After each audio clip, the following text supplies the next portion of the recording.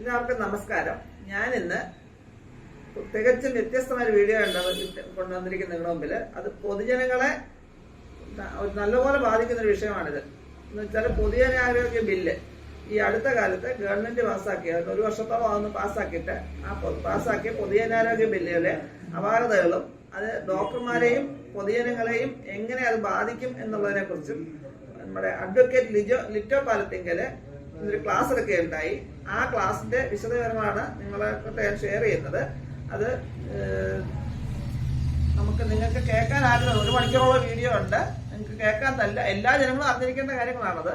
നിങ്ങൾക്ക് കേൾക്കാൻ താല്പര്യം ഉണ്ടെങ്കിൽ അത് സ്കിപ്പ് ചെയ്യാതെ ഇടയ്ക്കിടയ്ക്ക് വെച്ച് കേൾക്കാതെ ഫുള്ളായിട്ട് കേട്ടെങ്കിൽ മാത്രമേ കാര്യങ്ങൾ മനസ്സിലാവൂ. സാർ അത് അതിന്റെ ഉദാഹരണങ്ങൾ സഹിതമാണ് ഇതിനകത്ത് പല കാര്യങ്ങളും പറഞ്ഞേക്കുന്നത്. അത് ശരിക്കും മൊത്തം കേട്ടെങ്കിൽ മാത്രമേ ശരിക്കും എല്ലാവർക്കും മനസ്സിലാക്കാനൊക്കെ ഉള്ളൂ. അത് നിങ്ങൾക്ക് കേൾക്കാൻ താല്പര്യമുള്ളവർക്ക് വീഡിയോ ഫുള്ളായിട്ട് തന്നെ കാണുക, എങ്കിലും എന്റെ കാര്യങ്ങൾ മനസ്സിലാക്കുകയുള്ളൂ. എല്ലാ ജനങ്ങളും ഇത് കേട്ടിരിക്കുകയും അറിഞ്ഞിരിക്കുകയും ഭാവിയിൽ നമുക്ക് ഓരോരുത്തർക്കും ഉണ്ടാകാൻ പോകുന്ന പ്രശ്നങ്ങളെ കുറിച്ചുള്ള കാര്യങ്ങളാണ് അതൊക്കെ ഇതിനകത്ത് പറഞ്ഞിരിക്കുന്നത്. അപ്പൊ എല്ലാവരും ഒന്ന് കേൾക്കാൻ ശ്രമിക്കുക. അപ്പൊ നമുക്കിനി ആ വീഡിയോ ഒന്ന് കേട്ട് നോക്കാം. ഇതിനെക്കുറിച്ച് നിങ്ങൾക്ക് ഇനി കൂടുതൽ സംശയങ്ങൾ, എന്താണ് പൊതുജനാരോഗ്യ ബില്ലൊക്കെ ഇത്ര പ്രശ്നങ്ങൾ എന്നുള്ള കാര്യത്തെക്കുറിച്ച് കൂടുതൽ സംശയങ്ങൾ നിങ്ങൾക്ക് ഉണ്ടാകാൻ സാധ്യതയുണ്ട്. അങ്ങനെയുള്ള സംശയങ്ങൾ ദൂരീകരിക്കാൻ വേണ്ടിയിട്ട് അടുത്തൊരു വീഡിയോയുടെ കണ്ടു കഴിഞ്ഞാൽ നിങ്ങൾക്ക് അതിന്റെ ഏകദേശ ധാരണ കിട്ടും. അപ്പൊ ഇത് കണ്ടതിന് ശേഷം മറ്റേ വീഡിയോയുടെ കാണുക, അതിന്റെ അപാകതകൾ മനസ്സിലാക്കുക, അതനുസരിച്ച് നമ്മൾ പ്രതികരിക്കുക, അതനുസരിച്ച് നമുക്ക് എന്താണ് നമുക്ക് ചെയ്യാൻ ഒക്കുന്നത് എന്ന് നമ്മൾ ആലോചിക്കുക. അടുപ്പമുള്ള ഡോക്ടർ സലീം, സ്നേഹമുള്ള സുഹൃത്തുക്കളെ, ചില കുടുക്കിൽ നിന്ന് നമ്മൾ രക്ഷപ്പെടില്ല എന്ന് പറഞ്ഞ പോലെയാണ് ഞാനിവിടെ വന്ന് നിൽക്കുന്നത്. എറണാകുളത്ത് നടന്ന മീറ്റിങ്ങില് സംസാരിക്കാനായിട്ട് അന്ന് വന്നു. അപ്പൊ അത് കഴിഞ്ഞപ്പോ ഞാൻ വിളിച്ച് പ്രശ്നം തീർന്നു. അത് കഴിഞ്ഞപ്പോ ഡോക്ടർ എബി എൻ്റെ വീടിന്റെ വളരെ അടുത്ത് ഒരു 500 മീറ്ററൊക്കെ ഉള്ളൂ, അത്ര അടുത്താണ് ക്ലിനിക്ക്. പക്ഷെ സത്യത്തിൽ എനിക്ക് ഇയാളെ അറിയില്ലായിരുന്നു. പിന്നെ ഡോക്ടർ എബി എന്നെ ബന്ധുപിടിച്ചു. ആദ്യം ഡോക്ടർ സലീമ പണ്ടേ പിടിച്ചിട്ടുള്ളതാണ്, അത് ഡോക്ടർ എബി പിടിച്ചു. പിന്നെ ഇപ്പൊ എല്ലാവരും വിളിക്കും. അങ്ങനെ നിങ്ങളുടെ സ്നേഹം കൊണ്ടും നിർബന്ധം കൊണ്ട് മാത്രം ഞാനിന്ന് യാത്ര ചെയ്ത് ഇവിടെ വരെ വന്നതാണ്. ഇതിലെ വിഷയം ഞാനിതില് ഹോമിയോ ഡോക്ടർമാരുടെ ഒരു താല്പര്യം എന്നുള്ളതിനേക്കാൾ പൊതുസമൂഹത്തിനെതിരെ ഗൗരവമായ വിഷയങ്ങളുണ്ട് എന്നുള്ളതാണ് ഞാൻ ഈ വിഷയത്തിൽ ഇത്രയും താല്പര്യത്തോടെ ഇടപെടാനുള്ള കാരണം. പൊതുവായ പ്രശ്നങ്ങൾ വളരെ പ്രസക്തമായി ഇതിൻ്റെ അകത്ത് നിൽക്കുന്നുണ്ട്. അത് മനസ്സിലാക്കിയാൽ നമുക്ക് സമൂഹത്തോട് ഇത് പറയാൻ എളുപ്പമുണ്ടാവും. എന്താണ് ഇതിലെ പ്രശ്നം? നമ്മുടെ ഒരു പൊതുവെ ലോകത്തിന്റെ ഒരു രീതി എല്ലാം ഓർഡറിലാവണം എന്നുള്ളതാണ്, ഒരു ക്രമത്തിലാവണം. പൊതുവെ സമൂഹത്തിന് അങ്ങനെ ഒരു ചിന്തയില്ല, എല്ലാം ഭയങ്കര ക്രമത്തിലാവണം. സത്യത്തിൽ നമ്മൾ ക്രമത്തിലല്ല. അതിപ്പോ ഞാൻ നിങ്ങളോടൊന്നും പറഞ്ഞു പഠിപ്പിക്കേണ്ട കാര്യമില്ല. ഇവിടെ ഇരിക്കുന്ന നിങ്ങളെല്ലാവരും ക്രമത്തിലാണോ? ഇപ്പൊ കാല് വെച്ചിട്ടുള്ളത് അല്ല, തല പിടിച്ചിട്ടുള്ളത് അല്ല, ഒന്നും ക്രമത്തിലല്ല. അത് മനുഷ്യനങ്ങനെയാണ്, അല്ലേ? വളരെ സിമ്പിളാണ് അതിന്റെ ലോജിക്ക്. അത്ര പോലും ഒരു ക്രമത്തിൽ നിന്നുള്ള വ്യതിയാനം നമ്മുടെ സമൂഹം അംഗീകരിക്കുന്നില്ല. എല്ലാവർക്കും വേണ്ടത് വളരെ എല്ലാം കൃത്യമായിരിക്കണം. അതൊരു കമ്പ്യൂട്ടറിന് പോലും അത് സാധിക്കുന്നില്ല. ഡിജിറ്റലായിട്ടുള്ള ഒരു സിസ്റ്റത്തിൽ പോലും അങ്ങനെ പെർഫെക്റ്റ് ആയിട്ടുള്ള ഒരു ഓർഡർ ഒന്നും പോസിബിൾ അല്ല. എല്ലാം തികഞ്ഞ സോഫ്റ്റ്വെയറുകൾ വീഴുന്നില്ലേ? ഇന്നലെ നിങ്ങൾ ശ്രദ്ധിച്ചോന്നറിയില്ല, ഇൻഡിഗോ ഫ്ലൈറ്റ്സ് കംപ്ലീറ്റ് ജാമായി. എന്താ പ്രശ്നം? സിമ്പിൾ പ്രശ്നമാണ്. സോഫ്റ്റ്വെയർ പ്രശ്നത്തിലായി. അവർക്ക് സോഫ്റ്റ്വെയർ ഉണ്ടാക്കാൻ പറ്റാത്തവരാണോ? കൊണ്ടുനടക്കാൻ പറ്റാത്തവരാണോ? അപ്പൊ അത്തരം ഫെയിലിയറുകള് ഡീവിയേഷൻ കൊണ്ടുണ്ടാവാം. അത് അക്സെപ്റ്റ് ചെയ്തിട്ട് തന്നെയാണ് സിസ്റ്റം മുന്നോട്ട് പോകുന്നത്. നമ്മളുടെ സമൂഹത്തിൽ ഇങ്ങനെയൊരു എല്ലാം ഒരുപോലെ ഇരിക്കണം എന്ന് പറയുന്നൊരു ചിന്ത സത്യത്തിൽ ഇതൊരു മോണോപ്പൊളിയുടെ പ്രശ്നമാണ്. ഈ 2 വാക്കും തമ്മിൽ നിങ്ങളൊന്ന് ബന്ധപ്പെടുത്തിയ പ്രശ്നം മനസ്സിലാവും. What you mean by monopoly? ഒരു കാര്യം ശരിയാണെന്ന് എല്ലാവരും കൂടി പറയുന്നു, അത് മാത്രം ശരിയെന്ന് പറയുന്നു, ബാക്കിയെല്ലാം തെറ്റെന്ന് പറയുന്നു. വളരെ സിമ്പിളാണ് ആ പരിപാടി. നമുക്ക് അറിയാം, ഇപ്പോ കഴിഞ്ഞ കുറച്ച് നാൾ മുമ്പ് നിങ്ങൾ ശ്രദ്ധിച്ചിട്ടുണ്ടാവും, അമേരിക്കയിലെ കോടതികൾ ഐഫോണിനെതിരെ വലിയ ഹ്യൂജ് ആയിട്ടുള്ളൊരു പെനാൽറ്റി കൊടുത്തു. ചെറിയൊരു പ്രശ്നമാണ്. ഐഫോണിന്റെ ഒരു ഗാഡ്ജറ്റ്, ഒരു ഫോൺ നമ്മൾ മേടിക്കാൻ നമ്മൾ തീരുമാനിച്ചാൽ നമ്മൾ കടയിൽ പോയി അത് വാങ്ങുമ്പോൾ അവരതിന്റെ ചാർജർ തരില്ല. ചാർജറിനെ വേറെ കാശ് കൊടുക്കണം. അതിലിപ്പോ എന്താ തെറ്റ്? നിങ്ങൾ സ്വന്തം ഇഷ്ടപ്രകാരം പോയി മേടിക്കണതല്ലേ, പിന്നെ ചാർജർ മേടിക്കാൻ നിങ്ങൾക്ക് കാശ് കൊടുത്തൂടെ? ഈ ചാർജർ എവിടെ നിന്ന് മേടിക്കണം? അവരുടെ കയ്യിൽ നിന്ന് തന്നെ മേടിക്കണം. അപ്പൊ അതിന്റെ പ്രൈസ് പ്രൊപ്പോർഷനേറ്റ് ആണോ? അല്ല, പ്രൊപ്പോർഷനേറ്റ് അല്ല. അപ്പോൾ ഐഫോൺ മേടിച്ചവൻ ആ ചാർജർ മേടിക്കാൻ വീണ്ടും പൈസ കൊടുക്കണം. ആ പൈസ ഒരു ചാർജറിന്റെ പ്രൊപ്പോർഷനേറ്റ് അല്ല. ഇതാണ് മോണോപ്പൊളിയുടെ പ്രശ്നം. അപ്പോൾ അങ്ങനെ വരാൻ നേരത്തുള്ളൊരു ബുദ്ധിമുട്ട് ആളുകൾക്ക് ഓപ്ഷൻസ് ഇല്ലാതെയോ. ഇതിന് മറിച്ചൊരു വശം, നിങ്ങൾക്കിപ്പോ ഞാൻ ഇവിടെ വന്നിരിക്കുന്നത് കുറച്ച് കാര്യങ്ങൾ മാത്രം പറഞ്ഞു പോയതുകൊണ്ട് നിങ്ങൾക്ക് അത് മറ്റൊരാളോട് പറഞ്ഞു കൊടുക്കാൻ എളുപ്പമാവില്ല എന്നുള്ളതാണ് ഞാൻ മറ്റു കാര്യങ്ങളിലേക്ക് പോകും. മറ്റൊരു എക്സാമ്പിൾ നിങ്ങൾക്ക് പറഞ്ഞുതരാം. നിങ്ങളെല്ലാവരും ഓട്ടോമൊബൈൽസ്, അതായത് കാറോ ബൈക്കോ ഒക്കെ ഉപയോഗിക്കുന്നവരാണ്. കഴിഞ്ഞ കുറച്ച് വർഷങ്ങൾക്ക് മുമ്പ് നമ്മൾ ഒരു കാറിന്റെ ഇൻഷുറൻസ് പുതുക്കേണ്ടി വന്നാല്, നമ്മളിപ്പോ മാരുതിയാണോ ഹോണ്ടയാണോ, നമ്മൾ ആ ഇൻഷുറൻസ് പുതുക്കേണ്ടി വന്നാൽ അത് ഇൻഷുറൻസ് കമ്പനികളുടെ ഒരു ഓട്ടോമൊബൈൽ ഇൻഷുറൻസ്, വെഹിക്കിൾ ഇൻഷുറൻസ് നമുക്ക് എടുക്കും, അത് പുതുക്കും. സാധാരണ കാലങ്ങളായിട്ടുണ്ടായിരുന്ന ഒരു രീതി, ഇപ്പോ നമ്മള് നാഷണൽ ഇൻഷുറൻസിന്റെ ആണെങ്കിലോ, അല്ലെങ്കിൽ ന്യൂ ഇന്ത്യ ഇൻഷുറൻസിന്റെ ആണെങ്കിലോ, അല്ലെങ്കിൽ ബജാജ് അലയൻസിന്റെ ഇൻഷുറൻസ് ആണെങ്കിലോ, ഏതാണോ നമ്മൾ എടുത്തിരുന്ന ഇൻഷുറൻസ്, ആ ഇൻഷുറൻസ് കമ്പനിക്കാരെ നമ്മളെ വിളിക്കുകയും നമ്മൾ ആ ഇൻഷുറൻസിന് പ്രീമിയം കൊടുത്ത് പുതുക്കുകയും ചെയ്തിരുന്നതാണ് കഴിഞ്ഞൊരു 5-8 വർഷം മുമ്പ് വരെ ഉണ്ടായിരുന്ന സിസ്റ്റം. പക്ഷെ ഇപ്പൊ അങ്ങനെയല്ല. നിങ്ങൾ ശ്രദ്ധിച്ചിട്ടുണ്ടാവും, ഒരേ സമയം 10-15 ഇൻഷുറൻസ് കമ്പനിക്കാരെ നമ്മളെ കോണ്ടാക്ട് ചെയ്യും. അതിന്റെ പ്രൈസുകൾ തമ്മിലുള്ള വ്യത്യാസം നമുക്ക് നോക്കി നമുക്ക് ഡിസൈഡ് ചെയ്യാം. ഇതിൽ നിന്ന് ഏത് വേണമെങ്കിലും എടുക്കാം. എന്തുകൊണ്ടാണ് ഈ മാറ്റം വന്നേ? ഈ മോണോപ്പൊളിനെ തകർത്തു ഒരു നിയമം മൂലം. എന്നിട്ട് പറഞ്ഞു കൺസ്യൂമറിനെ, വെഹിക്കിൾ ഓണറിനെ തീരുമാനമെടുക്കാം. ഇപ്പൊ ഞാൻ കഴിഞ്ഞ ദിവസം ഒരു കാറിന്റെ ഇൻഷുറൻസ് എടുക്കാനായിട്ട് സത്യത്തിൽ ഞാൻ ആ ഓട്ടോമൊബൈൽ കമ്പനിക്കാരെ വിളിച്ചിട്ട് കിട്ടാണ്ടായി കഴിഞ്ഞപ്പോൾ വെറുതെ മൊബൈലിൽ കയറി നോക്കി കഴിഞ്ഞപ്പോഴാണ് എനിക്ക് മനസ്സിലാവുന്നത്, ഇതിന് ആരുടെയും കയ്യിൽ തന്നെ പിടിക്കണ്ട, അത് നമുക്ക് മൊബൈലില് സെർച്ചിൽ കിട്ടും, ഓപ്ഷൻസ് കിട്ടും, ഓരോന്നിന്റെ ഫീച്ചേഴ്സ് വ്യത്യാസമുണ്ട്, പ്രൈസ് കുറവ് കൂടുതലാണെങ്കിൽ ചിലതിൽ ഓപ്ഷൻസ് കൂടുതലുണ്ട്, എടുക്കാം. ഞാൻ അങ്ങനെ എടുക്കുന്നത്. എന്താ ഞാൻ ഇത്രയും ഡീറ്റെയിൽ ആയിട്ട് പറയാൻ കാരണം, ഇതിൽ വളരെ സിമ്പിൾ ചോദ്യമാണ്. ആരാണ് തീരുമാനമെടുത്തത്? ഞാനാണ് തീരുമാനമെടുത്തത് അല്ലെ? ഞാൻ തീരുമാനിച്ചു, കൺസ്യൂമർ തീരുമാനിച്ചു, ഞാൻ തീരുമാനിച്ചു. എല്ലാവരും മൊബൈലൊന്നും സൈലന്റ് ആക്കിയില്ലെങ്കിൽ ഞാൻ ഇങ്ങനെ കഷ്ടപ്പെട്ടുകൊണ്ടിരിക്കും. അറിയാത്തവർ തൊട്ടടിക്കുന്ന ആളുകളോടൊന്ന് ഹെൽപ്പ് എടുക്കുക. കാരണം ഇതിപ്പോ മീറ്റിങ്ങുകളിൽ പോകുമ്പോൾ ഞാൻ നിർബന്ധമായിട്ട് പറയുന്ന ഒരു കാര്യമാണ്, എല്ലാവർക്കും മൊബൈൽ വരും, ബെല്ലടിക്കാതിരുന്നാൽ മതി, സാധനം നിങ്ങൾ ശബ്ദം ഉണ്ടാക്കാതിരുന്നാൽ മതി. അല്ലെങ്കിൽ നമ്മളിങ്ങനെ പറയുന്നത് മുഴുവൻ എപ്പോഴും ഡിസ്റ്റർബ് ആയിക്കൊണ്ടിരിക്കും. പറഞ്ഞു പോകുന്നതിന്റെ ഫ്ലോ പോയാൽ പിന്നെ ഈ ഒരു ഓപ്ഷൻ, ഈ ഒരു ഡിസ്ക്രിഷൻ, ഇത് രണ്ടാണ്. ഓപ്ഷൻ എന്ന് പറയുന്നത് എന്റെ മുമ്പിൽ വന്ന 5 ഇൻഷുറൻസ് കമ്പനികളാണ് ഓപ്ഷൻ. ഡിസ്ക്രിഷൻ എന്റെയാണ്. എനിക്ക് 5 ഓപ്ഷൻ വന്നതില് ഞാൻ ഏറ്റവും കൂടിയ പ്രീമിയം അല്ല എടുത്തത്, ഏറ്റവും കുറഞ്ഞ പ്രീമിയം അല്ല എടുത്തത്. എനിക്ക് എന്റെ സാഹചര്യങ്ങൾക്ക് അനുസരിച്ച് എനിക്ക് ചേരുന്ന ഒരു ഓപ്ഷനിലെ എന്റെ ഡിസ്ക്രിഷണറി പവർ ഉപയോഗിച്ചുകൊണ്ട് ഞാൻ തീരുമാനമെടുത്തു. ഡിസിഷൻ മേക്കിംഗ് കപ്പാസിറ്റി എനിക്കാണ്. അത് ഇൻഷുറൻസ് കമ്പനിക്കോ സർക്കാരിനോ നാട്ടുകാർക്കോ അല്ല. ആ ഡിസ്ക്രിഷണറി പവർ എനിക്കാണ്. ഇതിനെയാണ് മനുഷ്യാവകാശം എന്ന് പറയുന്ന ഒരു വാക്ക്. നിങ്ങളൊക്കെ കേട്ടിട്ടുണ്ടാവും മനുഷ്യാവകാശം, വലിയ വലിയ വാക്ക്. സത്യത്തിൽ ഇതാണ് മനുഷ്യാവകാശം. തീരുമാനമെടുക്കാനും അത് നടപ്പാക്കാനും ഒരു മനുഷ്യന് സാധിക്കണം. ഇത് സാധിക്കുന്നില്ലെങ്കിൽ അതിന്റെ അർത്ഥം എന്താ? അവന് മനുഷ്യാവകാശം ഇല്ല. ലോകത്തിലെ തന്നെ ഏറ്റവും നല്ല കോടതികളിൽ ഒന്നാണ് നമ്മുടെ ജുഡീഷ്യൽ സിസ്റ്റം. നമ്മൾ പുറമേക്ക് എനിക്ക് അങ്ങനെയുള്ള ഒരുപാട് അവസരങ്ങൾ കിട്ടിയതുകൊണ്ട് പല സ്ഥലങ്ങളിൽ പോയി പഠിക്കാൻ എനിക്ക് പറ്റിയിട്ടുണ്ട്. ഇന്ത്യയിലെ ജുഡീഷ്യൽ സിസ്റ്റം വളരെ നല്ലതാണ്. നമ്മളുടെ കോൺസെപ്റ്റ്സ് വളരെ ക്ലിയർ ആണ്, നല്ല ക്ലാരിറ്റി ഉണ്ട് അതിലൊക്കെ. നമ്മുടെ പഴയൊരു വിധിയുണ്ട്. ആ വിധിയിലെ മലയാളി തന്നെയായിട്ടുള്ള ഒരു ജസ്റ്റിസ് മാത്യു എഴുതിയിട്ടുള്ള ഒരു വിധിയിൽ പറയുന്നുണ്ട്, മനുഷ്യാവകാശം എന്ന് പറയുന്നത് ഒഴിഞ്ഞ പാത്രമാണ്, ഒരു കാലി പാത്രമാണ്. പക്ഷെ അതൊരു പാത്രമാണ്. ആ പാത്രത്തില് നിങ്ങൾ എന്തെങ്കിലും ഇട്ടിട്ട് കഴിക്കുമ്പോഴാണ് അത് നിങ്ങൾക്ക് അനുഭവിക്കാൻ പറ്റുക. കോൺസെപ്റ്റ് മനസ്സിലായോ?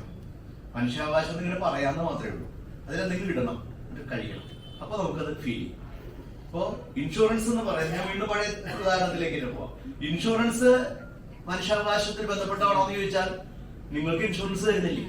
സർക്കാർ കമ്പനികളല്ലേ, നിങ്ങളെ പറ്റിക്കണമെന്നില്ലല്ലോ, നിങ്ങൾക്ക് അത് മേടിച്ച് എടുത്താൽ പോരെ എന്ന ചോദ്യത്തിൽ നിന്ന് ഇന്ന് അങ്ങനെയല്ല. ഇന്ന് ഇഷ്ടംപോലെ ഓപ്ഷൻസ് ഉണ്ട്. നിങ്ങൾ നിങ്ങളുടെ സൗകര്യത്തിൽ തീരുമാനിച്ചോ, ആ തീരുമാനം നിങ്ങൾ എടുത്തോളൂ. അതിൽ ആരും ഇടപെടാൻ പോകുന്നില്ല. അതിന്റെ ഗുണവും ദോഷവും നിങ്ങൾക്കാണ്. ഇവിടെയാണ് അതിന്റെ വ്യത്യാസം. പഴയ തലമുറയും പുതിയ തലമുറയും ഇവിടെ ഇരിപ്പുണ്ട്.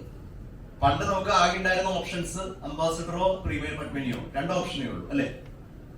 ഇത്രയല്ലേ ഉള്ളൂ. അതേക്കുറിച്ച് ചിന്തിക്കേണ്ട കാര്യമില്ല, കാരണം വളരെ സിമ്പിൾ ആണ്. അതിൽ തന്നെ അംബാസഡർ ആണെങ്കിൽ മാർക്ക് 3 ആണോ 2 ആണോ 4 ആണോ?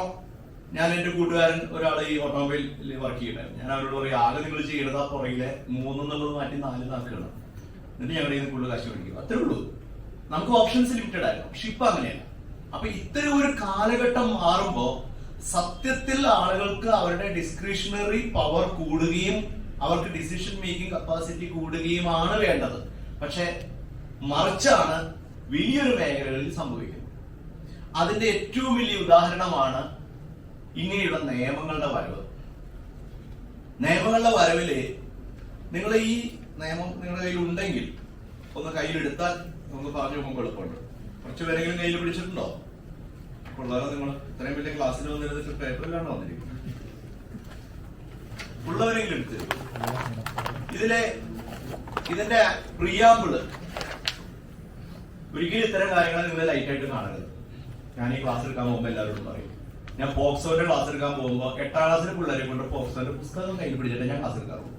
ഇത് മനസ്സിലാവില്ല എന്ന് ചിന്തിക്കരുത്. ഇത് മനസ്സിലാവും. ഇത് ഒരു മെഡിക്കൽ ക്വാളിഫിക്കേഷൻ ഉള്ള ആൾക്കാരല്ലേ, തീരെ ബുദ്ധി കുറഞ്ഞ ആൾക്കാരൊന്നുമല്ലോ. ഒരാകെ 10-15 പേജേ ഉള്ളൂ. ഇതൊന്ന് വായിച്ചൂടെ?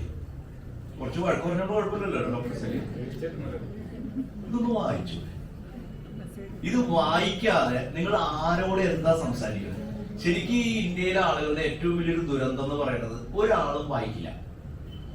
എന്നിട്ട് സർക്കാരുമായിട്ട് തല്ലുകൂടും, ഫേസ്ബുക്കിൽ തല്ലുകൂടും, എല്ലാം തല്ലുകൂടും. പക്ഷെ സത്യത്തിൽ ചേട്ടന്മാരൊന്നും വായിച്ചിട്ടുണ്ടാവില്ല. ഞാൻ ഇന്നലെ ഒരു ചാനൽ ചർച്ചയിൽ സ്ഥിരമായിട്ട് പങ്കെടുക്കുന്ന ഒരാളെ ഒരു കാര്യത്തിന് വിളിച്ചപ്പോൾ ഞാൻ ചോദിച്ചു, അല്ല സാറേ ഒരു സംശയം, സാറ് സത്യത്തിൽ ഇത് വായിച്ചിട്ടുണ്ടോ? ഇതല്ല, വേറെ വിഷയം. എനിക്ക് മനസ്സിലായിട്ട് പുള്ളി വായിച്ചിട്ടില്ല. അപ്പൊ ഇല്ല, അതെനിക്ക് നന്നായിട്ട് അറിയാം. ഞാൻ പറഞ്ഞ അറിയില്ല എന്നല്ല പറഞ്ഞേ, ഇത് വായിച്ചിട്ടുണ്ടോ? വായിച്ചിട്ടില്ല. അപ്പൊ ഈ ചർച്ച പോകുമ്പോൾ നമുക്ക് മനസ്സിലാവും ഇദ്ദേഹം വായിച്ചിട്ടില്ല. കാരണം അതിന്റെ അകത്തുള്ള കാര്യം വേണമെന്നാണ് ഇദ്ദേഹം ചാനലിൽ നിന്ന് പറഞ്ഞുകൊണ്ടിരിക്കുന്നത്. ഓൾറെഡി അതിന്റെ അകത്ത് ഉണ്ട്, അതൊന്ന് വായിച്ചാൽ മതി. വായിച്ചിട്ടില്ല. അപ്പൊ ഞാൻ ചോദിച്ചു കഴിഞ്ഞാൽ ഒരു കാര്യം പുള്ളിയോട് പറഞ്ഞു, ഞങ്ങൾ ആ സ്റ്റുഡിയോയിൽ കയറിയതിന് മുമ്പ് സംസാരിച്ചപ്പോ ആ ചാനലിലുള്ള ആരും വായിച്ചിട്ടില്ല എന്ന് ഉറപ്പായിരുന്നു. നമ്മുടെ മലയാളിയുടെ ഒരു ഗതി നോക്കണം. രാത്രി 9 മണിക്ക് ഭക്ഷണം പോലും കഴിക്കാതെ ആളുകൾ ചർച്ച കണ്ടുകൊണ്ടിരിക്കുക. ഈ പഹയന്മാർ ആരും ഇത് വായിച്ചിട്ടില്ല. ഇതാണ് നമ്മുടെ അവസ്ഥ. അതുകൊണ്ട് ഇത് നിങ്ങളെ ബാധിക്കുന്ന വിഷയമാണെങ്കിൽ നിങ്ങൾ ഈ തിരുവനന്തപുരം വരെ വന്ന സ്ഥിതിക്ക് ഇതൊന്ന് വായിക്കണം. വായിക്കൂ. ഇതിന്റെ തുടക്കത്തിലെ വരി തന്നെ ഫസ്റ്റ് ലൈനാണ് കേട്ടോ. Whereas an approach of one health for public health care has to be adopted. ഇതാണ് ആദ്യത്തെ വാചകം. One health. എന്ത് ഈ വൺ ഹെൽത്ത്? അത് തന്നെ ഭയങ്കര ഇംഗ്ലീഷായി പോയി. ഞാൻ അതുകൊണ്ട് മലയാളം ഉണ്ട് അതിന്റെ ഒപ്പം തന്നെ. അതിൽ എഴുതിയിരിക്കുന്നത് പൊതുജനാരോഗ്യ സംരക്ഷണത്തിന് ഏകാരോഗ്യം എന്ന സമീപനം സ്വീകരിക്കേണ്ടതിനാലും. ഇതാരാ പറഞ്ഞേ? നിങ്ങൾ അതിനോട് യോജിക്കുന്നുണ്ടോ? ഇവിടെയാണ് പ്രശ്നം. പ്രശ്നം മനസ്സിലായില്ലേ? അങ്ങനെ സർക്കാർ തീരുമാനിച്ചേക്കാണ് വൺ ഹെൽത്ത്. നിങ്ങളൊക്കെ പഠിച്ച ആളുകളല്ലേ? ഒരു ലോജിക്ക് ഒന്ന് ആലോചിച്ച് നോക്ക്. ഇത് എന്ത് ലോജിക്ക്? ഇതാണോ ലോജിക്ക്? One health. അപ്പൊ സമൂഹത്തിന് മുഴുവൻ ഒറ്റ ആരോഗ്യം എന്ന നിലപാടിലേക്ക് സർക്കാർ എത്തുകയാണ്. ആ ആരോഗ്യം ഏതാരോഗ്യം? സ്വാഭാവികം. നിങ്ങൾക്ക് എണീറ്റ് പോയാൽ പറഞ്ഞു വിടുന്നു അല്ലേ? അത്രയല്ലേ ഉള്ളൂ. അതാണ് പ്രശ്നം. ഇതാണ് പ്രശ്നം. അപ്പോ ലോകത്തിന് മുഴുവൻ ഒരു ക്രമം വേണം, ഒരു മതം വേണം, ഒരേ ഉടുപ്പ് വേണം, ഒരേ നടപ്പ് വേണം, ഒരേ ശരീരം വേണം, ഒരേ നിറം വേണം. ഇതൊക്കെ പറയാൻ എളുപ്പ. നടക്കുവോ? അല്ല. ഈ സമൂഹം അങ്ങനെയല്ല, ഈ ലോകം അങ്ങനെയല്ല, ഇതിന്റെ ക്രമം ഇങ്ങനെയല്ല.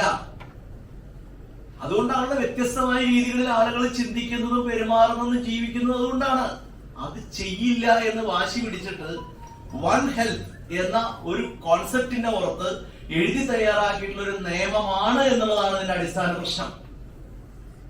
പ്രോബ്ലം അവിടെയുണ്ട് തന്നെ. അപ്പൊ അതിലേക്ക് ഫിറ്റ് ചെയ്യാനായിട്ട് ബാക്കി കാര്യങ്ങളെല്ലാം ചേർത്ത് പോയിരിക്കുകയാണ്. ഉള്ള കാര്യം എനിക്ക് വളരെ സന്തോഷമുണ്ട്. ഒരു ആദ്യത്തെ വരി തന്നെയുള്ള കാര്യം പറഞ്ഞിട്ടുണ്ട്. ഞങ്ങളുടെ പോളിസി ഇതാണ്, വൺ ഹെൽത്ത്. ആ വൺ ഹെൽത്ത് എന്ന് പറയുന്നത് ഏത് ഹെൽത്ത് എന്നുള്ളതാണ് അടുത്ത പ്രശ്നം. അത് നമുക്ക് താഴേക്ക് വായിച്ച് നമുക്ക് മനസ്സിലാവും. അപ്പോൾ ഇത് എഴുതിയതിന്റെ ഉണ്ടാക്കിയതിന്റെ അടിസ്ഥാന ഉദ്ദേശം തന്നെ ഇതാണെങ്കിൽ സ്വാഭാവികമായിട്ട് ഈ നിയമത്തിന്റെ ലക്ഷ്യത്തിൽ തന്നെ നമുക്ക് ചില സംശയങ്ങൾ പറയേണ്ടി വരും. നിയമത്തിന്റെ ലക്ഷ്യം എന്താണ്? അപ്പൊ ഞാൻ ഇതിലേക്ക് വേണ്ടി ഞാൻ ഇങ്ങനെ കുറച്ച് വായിച്ചു പോകുമ്പോ ഇത് വന്നിരിക്കുന്നതിന്റെ ഒരു കാലികമായ ഒരു പ്രസക്തി 2023 ഇത് വന്നിരിക്കുന്നത്. 2023 ഈ നിയമം ഉണ്ടാക്കുന്നതിന് മുമ്പ് എന്തായിരുന്നു ഉണ്ടായിരുന്ന നിയമം? അതിലുണ്ടായിരുന്നത് ഒന്ന് 1955 Travancore Cochin public health act 1955. അതിനു മുമ്പ് 1939 മദ്രാസ് പബ്ലിക് ഹെൽത്ത് ആക്ട്. 1939 1955 ഉണ്ടായിരുന്ന രണ്ട് നിയമങ്ങൾക്ക് പകരമായി കൊണ്ടുവന്ന 2023 കൊണ്ടുവന്ന നിയമമാണിത്. അപ്പോൾ ഈ 1939 1955 ഉണ്ടായിരുന്ന രണ്ട് നിയമങ്ങൾ, ആ നിയമങ്ങളുടെ പ്രസക്തി ഇവിടെ ഇരിക്കുന്ന പഴയ തലമുറയ്ക്കെങ്കിലും അറിയാം. എന്താണ് ആ പേരുകൾ അങ്ങനെ വരാൻ കാരണം? തിരുവിതാംകൂർ, കൊച്ചി, മദ്രാസ് എന്ന് പറയുന്ന മൂന്ന് ഭരണ സംവിധാനത്തിൽ നിന്നിരുന്ന ഒരു ഭൂപ്രദേശമാണ് പിന്നീട് കേരളമായിട്ട് രൂപപ്പെടുന്നത്. അപ്പോൾ തിരുവിതാംകൂറും കൊച്ചിയും മദ്രാസും വന്നിട്ടുള്ള അന്നുണ്ടായിരുന്ന നിയമങ്ങൾക്ക് പകരമായി 2023 വരെ എന്തേ ആരൊന്നും ചിന്തിക്കാതിരുന്നേ? എന്തേ 2023 പെട്ടെന്നൊരു ചിന്ത വന്നേ? ഒരേ ഒരു ഉത്തരവുള്ളൂ, കൊറോണ. ആ COVID-19 വരവോടുകൂടി ആണ് ഈ പുസ്തകങ്ങൾ തപ്പിയെടുക്കുന്നത്. അതുവരെ പുസ്തകം തപ്പിയെടുത്തിട്ടില്ല. എന്നിട്ട് പുസ്തകത്തെ കുറിച്ച് തന്നെ ആരും അറിയില്ല. ഞങ്ങൾ വക്കീലുമാരാണ്, ഞങ്ങൾ ഇതുകൊണ്ട് ജീവിക്കുന്നവരാണ്. അപ്പൊ ഞങ്ങൾ ഇങ്ങനെയുള്ള ചില സാധനങ്ങളൊക്കെ ഒളിച്ചു വയ്ക്കും.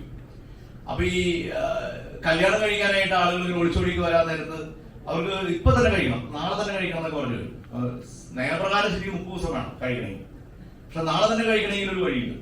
അതിനൊരു നിയമമുണ്ട്, വളരെ പഴയ നിയമമാണ്. ഇതുവരെ ലോകത്ത് ആർക്കും അറിയാത്തതുകൊണ്ട് ഞങ്ങൾ ഇവിടെ വെച്ച് ഞാൻ വൈകിക്കൂടാതെ പറയുന്നില്ല, പ്രയോഗമുണ്ട്. ആവശ്യം വരുമ്പോ ഞങ്ങൾ കൊന്ന് കൊലവിളിക്കും. കാരണം ഇവർക്ക് ഇപ്പൊ തന്നെ കഴിക്കണമല്ലോ, നാളത്തേക്ക് മാറ്റാൻ പറ്റില്ല. അപ്പൊ അതിന് കുറെ പരിപാടികളൊക്കെ നടത്തി കഴിഞ്ഞ് നടക്കും. ആർക്കും ഉപകാരം അതിന് നിയമ, ഞങ്ങൾക്ക് മാത്രമേ ഉപകാരമുള്ളൂ. ഇത് ഈ നിയമത്തിന്റെ തമാശകൾ ഇതാണ്. ഈ നിയമം എന്ന് പറയുന്നത് ജനങ്ങൾക്ക് വേണ്ടിയാണ് എന്ന് പറയുമ്പോഴും പലപ്പോഴും ഇത് രൂപീകരിക്കുന്ന പ്രോസസ്സില് ഇത്തരം ദുരുദ്ദേശങ്ങൾ ഉണ്ടാവും, ഇതിനൊരു ലക്ഷ്യമുണ്ടാവും. ആ ലക്ഷ്യം ഇതാണ്. അതുകൊണ്ടാണ് ഈ നിയമത്തിന് ഇങ്ങനെ ഒരു രീതി തന്നെ വന്നിരിക്കുന്നത്. ഇതിന് തൊട്ടു മുമ്പ് വേറൊരു നിയമം ഉണ്ടായിട്ടുണ്ട്. ഈ സംഭവം വരുന്നതിന് തൊട്ടു മുമ്പ് ഇത് 2023 നമ്മൾ പബ്ലിക് ഹെൽത്ത് ആക്ട് വന്നിരിക്കുന്നത്. അതിന് തൊട്ടു മുമ്പ് മറ്റൊരു ആക്ട് എനാക്ട് ചെയ്യപ്പെട്ടിട്ടുണ്ട്, കേരള എപ്പിഡമിക്സ് ഡിസീസസ് ആക്ട് 2021. അതും എന്തിനായിരിക്കും?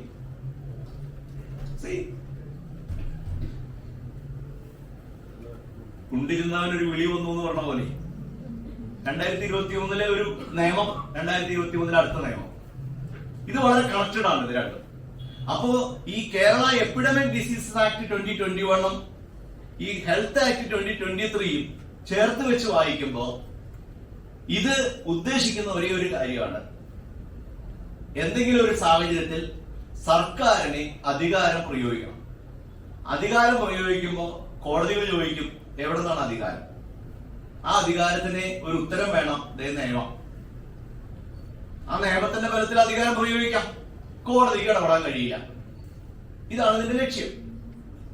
അപ്പോൾ നമ്മുടെ ഭരണ സംവിധാനത്തില് ലെജിസ്ലേറ്റീവ്, എക്സിക്യൂട്ടീവ്, ജുഡീഷ്യറി എന്ന് പറയുന്ന 3 ഘടകങ്ങൾ ഉണ്ടെന്നും അതിൽ ലെജിസ്ലേച്ചർ പാസാക്കി കൊണ്ടുവന്ന നിയമങ്ങളുടെ അടിസ്ഥാനത്തിലാണ് പിന്നീട് എക്സിക്യൂട്ടീവ് പ്രവർത്തിക്കേണ്ടതെന്നും എക്സിക്യൂട്ടീവിന് അതിന് മേലേക്ക് പോകാൻ, എക്സസ് ആയി പോകാൻ അധികാരമില്ല എന്നും അങ്ങനെ പോയാൽ ഈ ജനങ്ങൾക്ക് ജുഡീഷ്യറിയെ സമീപിക്കാം എന്നുള്ളതാണ് നമ്മുടെ ഭരണ വ്യവസ്ഥയുടെ സംവിധാനം. ഇന്ത്യയുടെ ഭരണഘടന അങ്ങനെയാണ് ചെയ്തിരിക്കുന്നത്. ഈ 3 ഈ 3 ബോധ്യത്തിൽ നിന്നാണ് എല്ലാ നിയമങ്ങളും പഴയ കാലം മുതൽ ഈ രാജ്യത്തുണ്ടായിട്ടുള്ളത്. പക്ഷെ ഈ അടുത്ത നാളുകളിൽ വന്നിട്ടുള്ള നിയമങ്ങളിൽ ഇതിൽ വെള്ളം ചേർത്തിട്ടുണ്ട്. ഇത് ഈ നിയമത്തിന്റെ മാത്രം പ്രശ്നമല്ല, ഈ അടുത്ത കാലത്ത് വന്നിട്ടുള്ള കേന്ദ്ര സർക്കാരിന്റെ ആവട്ടെ സംസ്ഥാന സർക്കാരിന്റെ ആവട്ടെ, ഇത് പുതിയ നിയമങ്ങൾക്കൊക്കെ ഈ പ്രശ്നമുണ്ട്. അതിലെന്ത് സംഭവിക്കും? അധികാരം എക്സിക്യൂട്ടീവിലേക്ക് വന്നു വീഴും. അധികാരം എക്സിക്യൂട്ടീവിലേക്ക് വന്നു വീഴും. എക്സിക്യൂട്ടീവിന് പരമാധികാരം കിട്ടും. അവർക്ക് എന്ത് ചെയ്യാം? ഈ നിയമത്തിന്റെയും പ്രശ്നം എന്താണെന്ന് ചോദിച്ചാൽ ഒറ്റ വാക്കിൽ ഞാൻ പറയുക, ഈ നിയമത്തിന്റെ പ്രശ്നം എക്സിക്യൂട്ടീവിന്റെ എക്സസ് പവറാണ്. അവർക്ക് ഭീമമായ ഒരു അധികാര പ്രവണത പണ്ട് മുതലേ ഉണ്ട്. നമ്മൾ ബ്യൂറോക്രസി എന്ന് പറയും. നമ്മുടെ നാടൻ ഭാഷയിൽ നമ്മൾ പറയാറുണ്ട് ബ്യൂറോക്രാറ്റ്സ്. അവരുടെ ബ്യൂറോക്രസിയുടേതായ സ്വഭാവങ്ങളുണ്ട്. എല്ലാ അധികാരവും വേണമെന്ന് തന്നെ അവർ ചിന്തിക്കുന്നത്.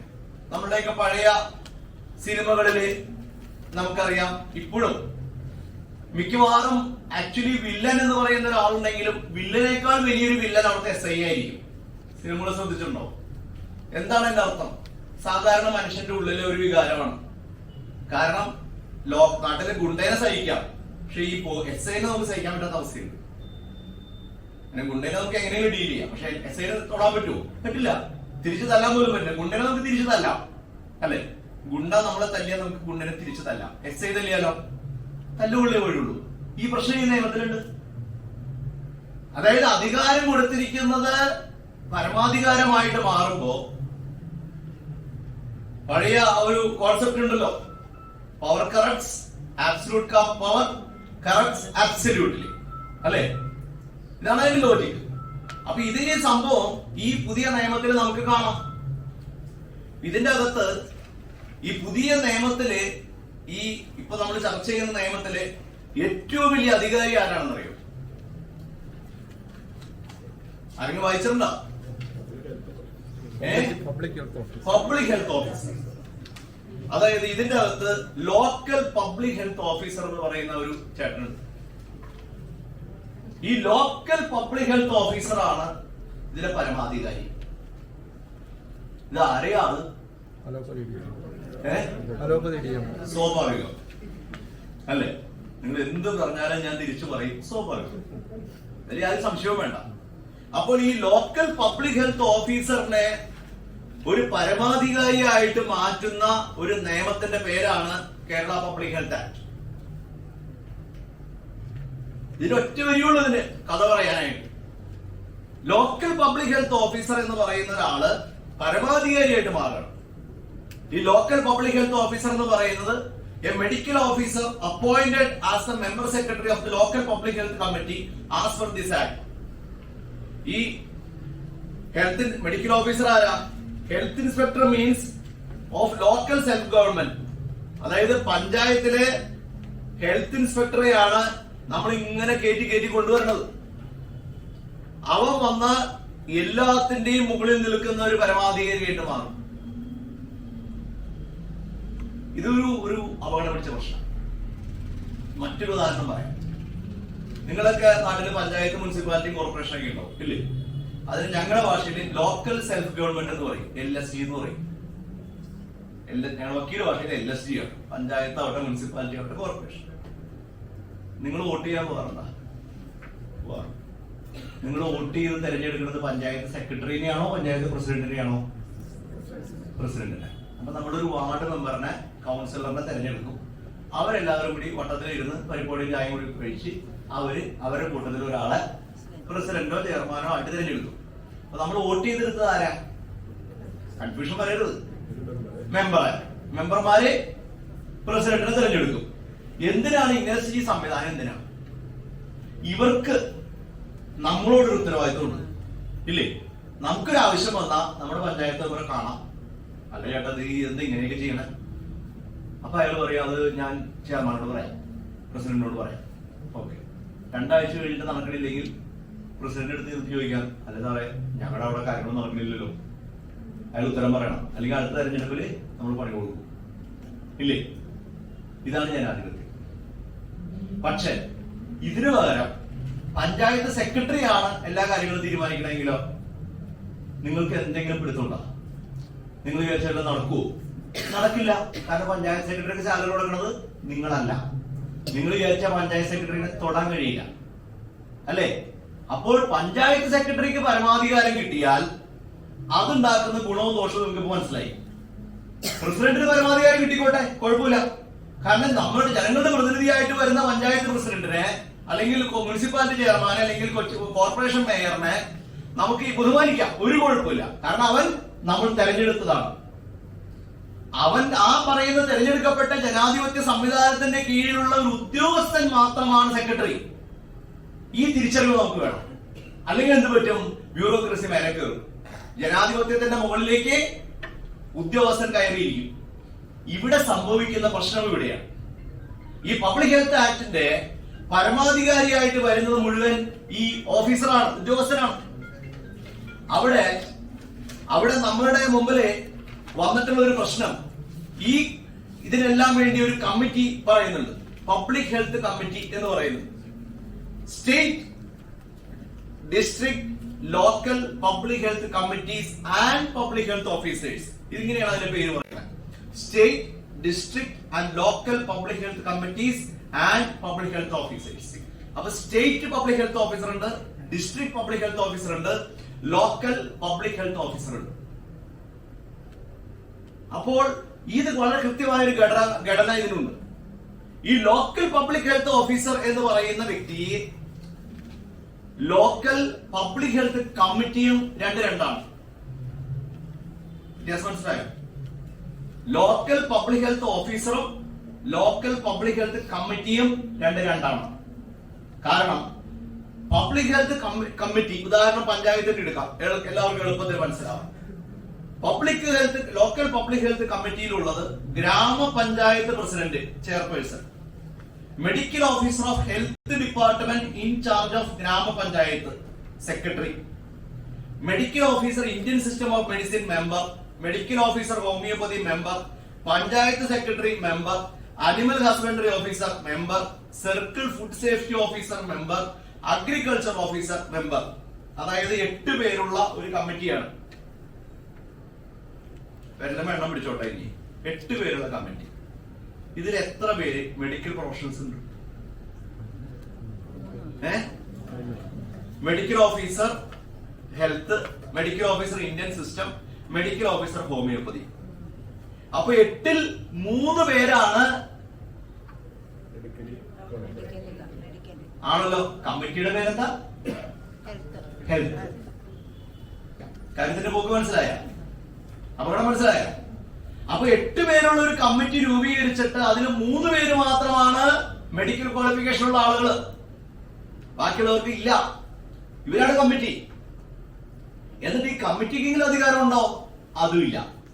ഈ കമ്മിറ്റിയുടെ സെക്രട്ടറി ആയിട്ടുള്ള മെഡിക്കൽ ഓഫീസറിനാണ് എല്ലാ അധികാരങ്ങളും വന്ന് വീഴുക. കാരണം അദ്ദേഹമാണ് the member secretary of the local public health committee shall hold the charge of local public health officer. മനസ്സിലായോ? അപ്പോ ചുരുക്കത്തിൽ ആരാണ്? ഹെൽത്ത് ഡിപ്പാർട്ട്മെന്റിലെ മെഡിക്കൽ ഓഫീസർ ആണ് ഈ പറഞ്ഞ ആള്. ഈ വ്യക്തി ഈ ആളാണ്.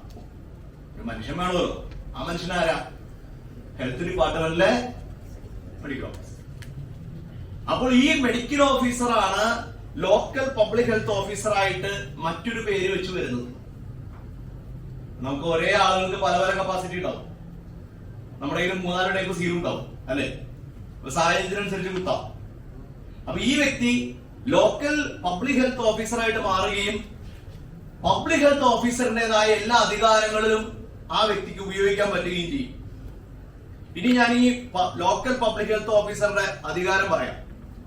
ഒന്ന്, ഇദ്ദേഹത്തിന് ഏതെങ്കിലും ഒരു ആരോഗ്യ സംബന്ധമായ കാര്യം ചെയ്യാനും ചെയ്യാതിരിക്കാനും ഉത്തരവിടാനുള്ള അധികാരമുണ്ട്. അങ്ങനെ ചെയ്യാതിരുന്നാൽ ഫൈൻ ചുമത്താനുള്ള അധികാരമുണ്ട്. ഫൈൻ ചുമത്തിയിട്ട് നടക്കുന്നില്ലെങ്കിൽ പ്രോസിക്യൂഷൻ ഇനിഷ്യേറ്റ് ചെയ്യാനുള്ള അധികാരമുണ്ട്. പോക്ക് മനസ്സിലായ? പ്രോസിക്യൂഷൻ ഇനിഷ്യേറ്റ് ചെയ്യാനുള്ള അധികാരമുണ്ട് ഫോർ വയലേഷൻ. ഈ അധികാരത്തിലേക്ക് പോയി any person who contravenes the provisions shall conviction be liable to punishment with imprisonment for a term which may extend to 3 years. ഇനിയുണ്ട് അവിടെ വരെ എത്തി കാര്യം. നമ്മള് സിനിമയിൽ പറഞ്ഞ പോലെ ബഹുദൂരം പോയി കഴിഞ്ഞു. ഇത് എന്ത് പരിപാടിയാണ്? നിങ്ങൾ ഹോമിയോ ഡോക്ടർമാരുടെ പ്രശ്നമൊക്കെ മാറ്റി വയ്ക്കി. ഇതൊരു സാമാന്യ നീതിക്ക് ചേരുന്നൊരു പ്രവൃത്തിയാണ്. എന്താണ് അധികാരക്രമത്തിന്റെ ഒരു മാറ്റം? നമ്മളൊരു ഈ ലോകത്ത് ജനങ്ങളുമായ ബന്ധപ്പെട്ട അധികാരക്രമം ഉണ്ടായിട്ടൊരു 8 to 10,000 ഇയേഴ്സിന്റെ ചരിത്രമാണ് പറയുന്നത്. ആദ്യകാലത്ത് ഇങ്ങനെയായിരുന്നു. നാട്ടിൽ ഏറ്റവും തടിമിടുക്കുള്ള ഒരുത്തൻ, അവനെല്ലാ അധികാരം അവന്റെ കയ്യിലാണ്. അവൻ തീരുമാനിക്കുന്നത് ആണ് തീരുമാനം. ആരും ചോദിക്കാനും പറയാനുമില്ല, ബാക്കിയുള്ളവർ അനുസരിക്കുക. അത് ഒരു 10,000 മുമ്പത്തെ കഥയാണ്. അവിടെ നിന്നൊക്കെ കാലം മാറി. ഒരിക്കലും ഒരു വ്യക്തിയിൽ 3 അധികാരവും വരുന്ന പരിപാടി ജനാധിപത്യ സംവിധാനം വന്നേ പിന്നെ ലോകത്തൊരു സ്ഥലത്തും അംഗീകരിക്കപ്പെടുന്നില്ല. ഏതൊക്കെയാ 3 അധികാരം? Legislative, executive, judicial. ഈ 3 കൂടി ഒരാൾക്ക് ഒരിക്കലും കൊടുക്കില്ല. കാരണം എന്താ? പ്രശ്നം വന്നാൽ പെട്ടു. അവൻ മഹാനാണെങ്കിൽ കൊള്ളാം, മഹാനല്ലെങ്കിലോ ജനം സഹിക്കണം. ഇതൊരു ഡിക്റ്റേറ്റർഷിപ്പിന്റെ ഭാഗമാണ്, ഒരു ഏകാധിപത്യത്തിന്റെ സ്വഭാവം. അപ്പൊ ഈ വ്യക്തി, ഈ പബ്ലിക് ഹെൽത്ത് ഓഫീസർ തീരുമാനിക്കുന്നു ഇങ്ങനെ മതി, അങ്ങനെ മതി തീരുമാനിച്ചാൽ ആരെ തീരുമാനം എടുക്കണേ? അയാൾ തീരുമാനിക്കുന്നു. അയാളുടെ തീരുമാനമുള്ളൂ, അത് ലെജിസ്ലേറ്റീവ് ആണ്. അയാൾ തീരുമാനിക്കുന്നു. ദെൻ അയാൾ പറയുന്നു ഇങ്ങനെ ചെയ്യണം, എക്സിക്യൂട്ടീവ് ആണ്, ഇങ്ങനെ ചെയ്യണം, അയാൾ തീരുമാനിക്കുന്നു. ചെയ്തില്ലെങ്കിലോ അയാൾ തന്നെ ശിക്ഷയും വിധിക്കുന്നു. 3 ആയില്ലേ? ഈ നിയമത്തിന്റെ പ്രശ്നം ഇവിടെയാണ്. ഇതൊരിക്കലും ഒരു ജനാധിപത്യ സംവിധാനത്തിന് അംഗീകരിച്ചു കൊടുക്കാവുന്ന കാര്യമല്ല. എന്നാൽ ഇതേ ആള് ഇരിക്കുന്ന കമ്മിറ്റിക്കാണ് ഇത് കൊടുക്കുന്നതെങ്കിൽ വ്യത്യാസം ഉണ്ടായിരുന്നു. വ്യത്യാസം മനസ്സിലായല്ലോ? ഒരു പ്രശ്നം ഇയാൾ കണ്ടെത്തുന്നു, ഒരു കാര്യം ഒരാൾ ചെയ്യുന്നു, അത് ആരോഗ്യത്തിന്, പൊതുസമൂഹത്തിന്റെ ആരോഗ്യത്തിന് തെറ്റാണ്, ദോഷകരമാണെന്ന് ഇയാൾ കണ്ടെത്തുന്നു. ഇയാൾ കമ്മിറ്റിക്ക് റിപ്പോർട്ട് ചെയ്യുന്നു.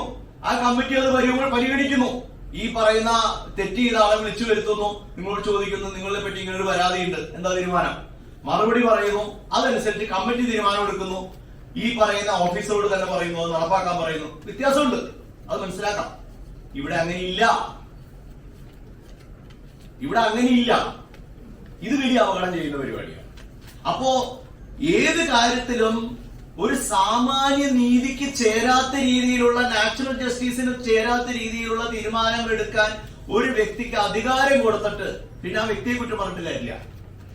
ഇതിന് തന്നെ പ്രാപ്തിയും ബുദ്ധിയും കഴിവും ഉണ്ടാവണമെന്നൊന്നുമില്ലല്ലോ, അല്ലേ?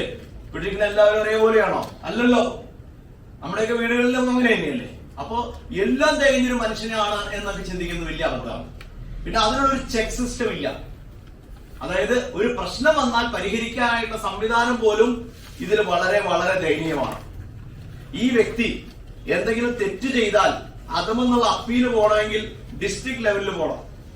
അല്ലാതെ ഈ കമ്മിറ്റിക്കല്ല അതിനുള്ള അധികാരം. അപ്പീൽ അധികാരം കൊടുത്തിരിക്കുന്നത് ആ വ്യക്തി കമ്മിറ്റിക്കല്ല, ഡിസ്ട്രിക്ട് ലെവലിലേക്കാണ്. അപ്പൊ ഇത് പ്രായോഗികമായി ഇത് ധാരാളം പ്രശ്നങ്ങൾ ഉണ്ടാക്കും. ഒരു പ്രശ്നം വന്നാൽ അതുമെന്നിൽ നിന്ന് മുകളിലേക്ക് പോകാനായിട്ട് ബുദ്ധിമുട്ടാണ്. ഇനി കാഴ്ചപ്പാടിന്റെ പ്രശ്നങ്ങളാണ്, ഒരു പെർസ്പെക്റ്റീവിന്റെ പ്രശ്നമാണ്. ഒരു ഉദാഹരണം പറഞ്ഞാല് ഇതിൽ പറയുന്നുണ്ട്, 32 പറയുന്നുണ്ട്, to give instruction about the scientific measures necessary for spreading a disease. Scientific measures preventing spreading of disease. എന്താ scientific measures? ഒന്നും പറയാനില്ല.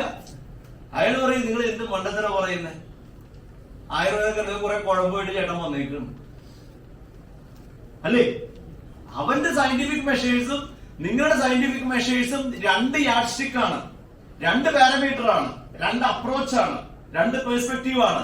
എന്നിട്ട് പറഞ്ഞേക്കാണ് സയന്റിഫിക് മെഷേഴ്സ് തീരുമാനിക്കാനുള്ള അധികാരം ആർക്ക് കൊടുത്തു? ഒരു കൺഫ്യൂഷനും ഇല്ല, ഒരു കൺഫ്യൂഷനും ഇല്ല. അതേസമയം ഈ പറയുന്ന സെക്രട്ടറി ആവാനുള്ള യോഗ്യത നിങ്ങൾക്കുണ്ട് എങ്കിൽ വ്യത്യാസമുണ്ട്. ഈ കമ്മിറ്റിയിൽ ഇരിപ്പുണ്ടല്ലോ ഒരാൾ, ഒരു ഹോമിയോ ഇല്ലേ? അങ്ങനെ ഒരു ഓപ്ഷൻ ഉണ്ടോ? ഇല്ല. അതിന് ചിന്ത പോലും ഇല്ല. മെമ്പർ ഉള്ളൂ. നിങ്ങൾ ജീവിതത്തിൽ പ്രസിഡന്റ് ആവില്ല, നിങ്ങൾ ജീവിതത്തിൽ സെക്രട്ടറി ആവില്ല. മനസ്സിലായല്ലോ? ഈ മതങ്ങൾ പഠിപ്പിച്ചിട്ടുള്ള കുറെ തമാശകളില്ലേ? ആണിന് പെണ്ണിനെ കെട്ടാമെന്നല്ലാതെ പെണ്ണ് ആണിനെ കെട്ടുന്നത് സ്വയംവര കാലത്തുള്ള കഥ മാത്രമാണ്. അല്ലേ? അല്ലേ? ഓപ്ഷനൊന്നുമില്ല. അല്ലേ? പറയുമ്പോ ഈക്വലാണ്. ഇല്ല, ഇതാണ് അതിന്റെ അവസ്ഥ. നമ്മൾ യാഥാർത്ഥ്യത്തിൽ നിന്ന് മാറിയെന്ന് സംസാരിച്ചിട്ട് എന്താ കാര്യം? ഇതാണ് സിസ്റ്റം. അപ്പൊ ഇത്തരം ഒരു ഡിസ്ക്രിഷണറി പവർ പോലും മെമ്പർമാർക്കില്ല. അതായത് കമ്മിറ്റിയിൽ അംഗമായിരിക്കുന്ന ഹോമിയോ ഡോക്ടറിനെ ഈ സെക്രട്ടറിക്ക് ചേട്ടനൊന്ന് നിർത്തിക്കോ എന്ന് പറഞ്ഞാൽ മെമ്പർ നിർത്തിക്കോളണം, മെമ്പർ അവിടെ ഇരിക്കുന്നു പറഞ്ഞ് ഇരുന്നോളണം, വേറെ വഴിയൊന്നുമില്ല. ഈ നിയമം എത്രമാത്രം ബാലിശമാണ് നിങ്ങൾ ചിന്തിക്കുന്നത്. അതുകൊണ്ട് ഞാൻ പറഞ്ഞു ഇതിലൊരു പ്രത്യേകത, ഇതൊരു സയന്റിഫിക് ടെമ്പർ എന്ന് പറയുന്നത് നമ്മുടെ ഭരണഘടനയിൽ പറയുന്ന 51 കേട്ടിട്ടുണ്ടോ? ഒരു സംഭവമുണ്ട്. എന്നെ പോലുള്ള ഇത്തിരി പ്രശ്നമുള്ളവർ മാത്രമേ ഇതൊക്കെ പറയുള്ളൂ. ഒരു രാഷ്ട്രീയക്കാരനും, നിങ്ങളെ കൈ കിട്ടിയോണ്ടാണ് ഞാൻ പറയുന്നത്, ഒരു രാഷ്ട്രീയക്കാരനും ഒരു മത നേതാവും പറയാത്തൊരു സാധനമാണ് 51. നമ്മുടെ ഭരണഘടനയിൽ അങ്ങനൊരു സംഭവമുണ്ട്. എന്താ സംഭവം? Promoting scientific temper. വേണ്ടേ? ആർക്കിഷ്ടല്ല?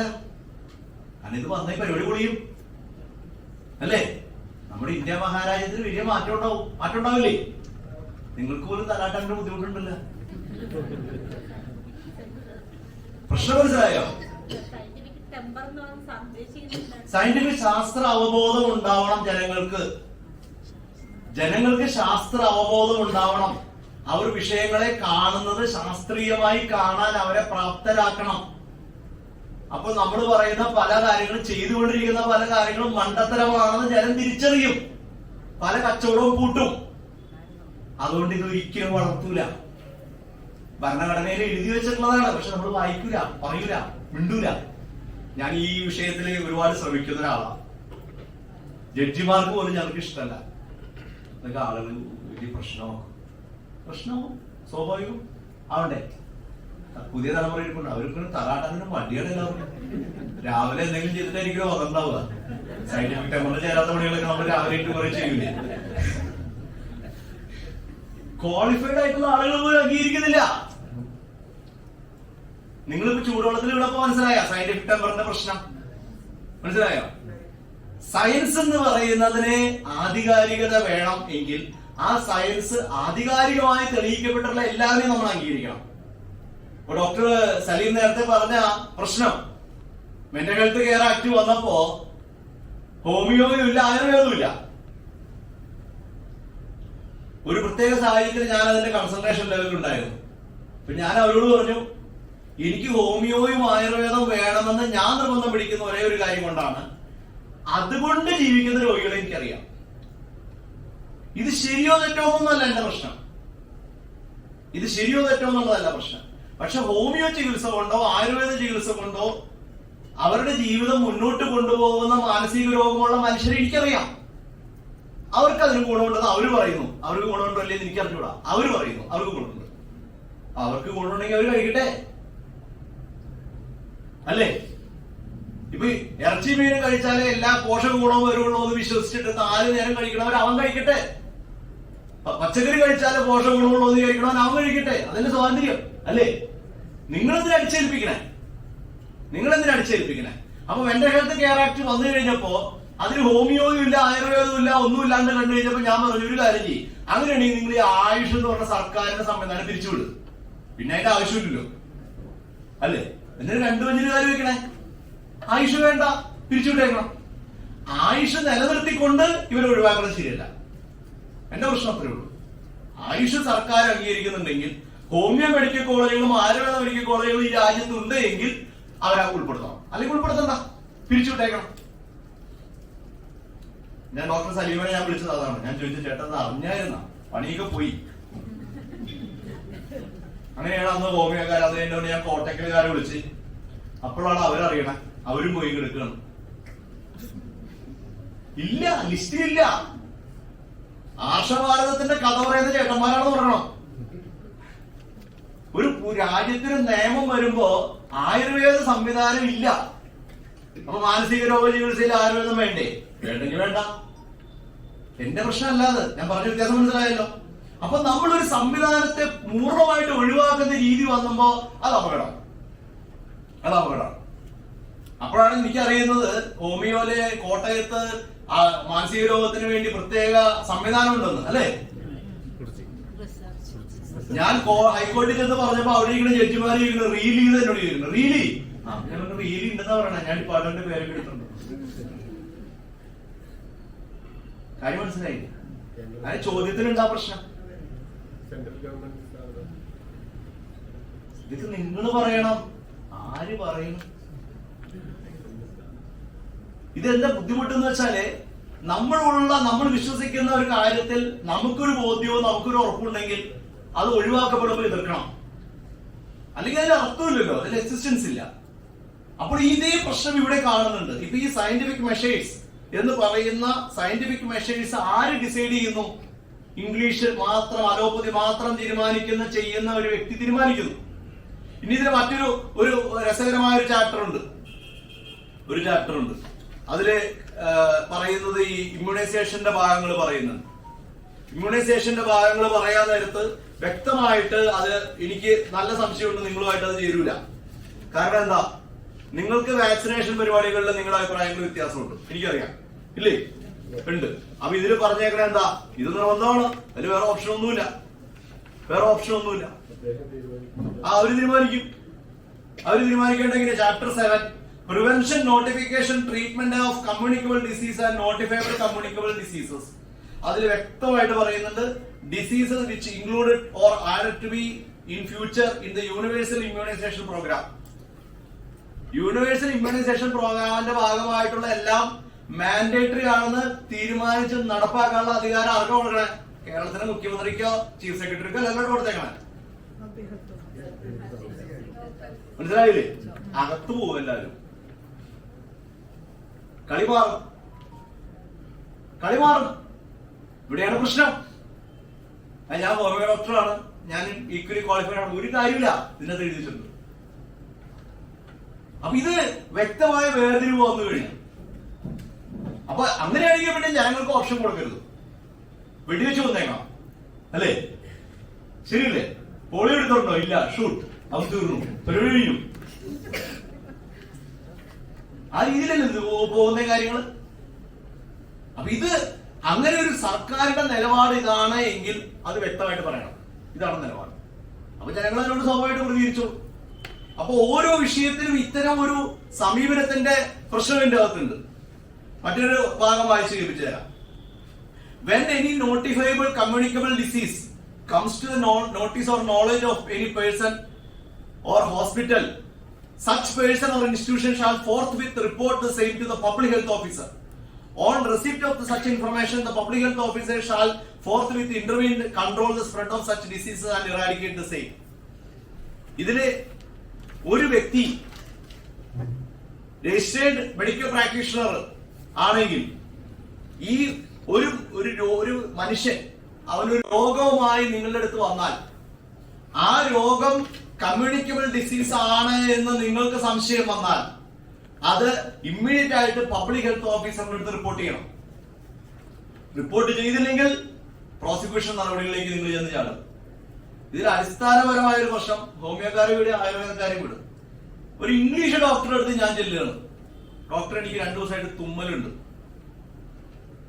2 ദിവസം കഴിഞ്ഞേ, 48 മണിക്കൂർ കഴിഞ്ഞേ. ഡോക്ടറോട് ഞാൻ പറഞ്ഞു, ഡോക്ടർ പറഞ്ഞു, നോക്കിയിട്ട് പറഞ്ഞു, ഒരു കാര്യം ചെയ്യും, തൽക്കാലം ഒന്ന് ആവി പിടിക്ക്, നാളെ വൈകുന്നേരം വാ.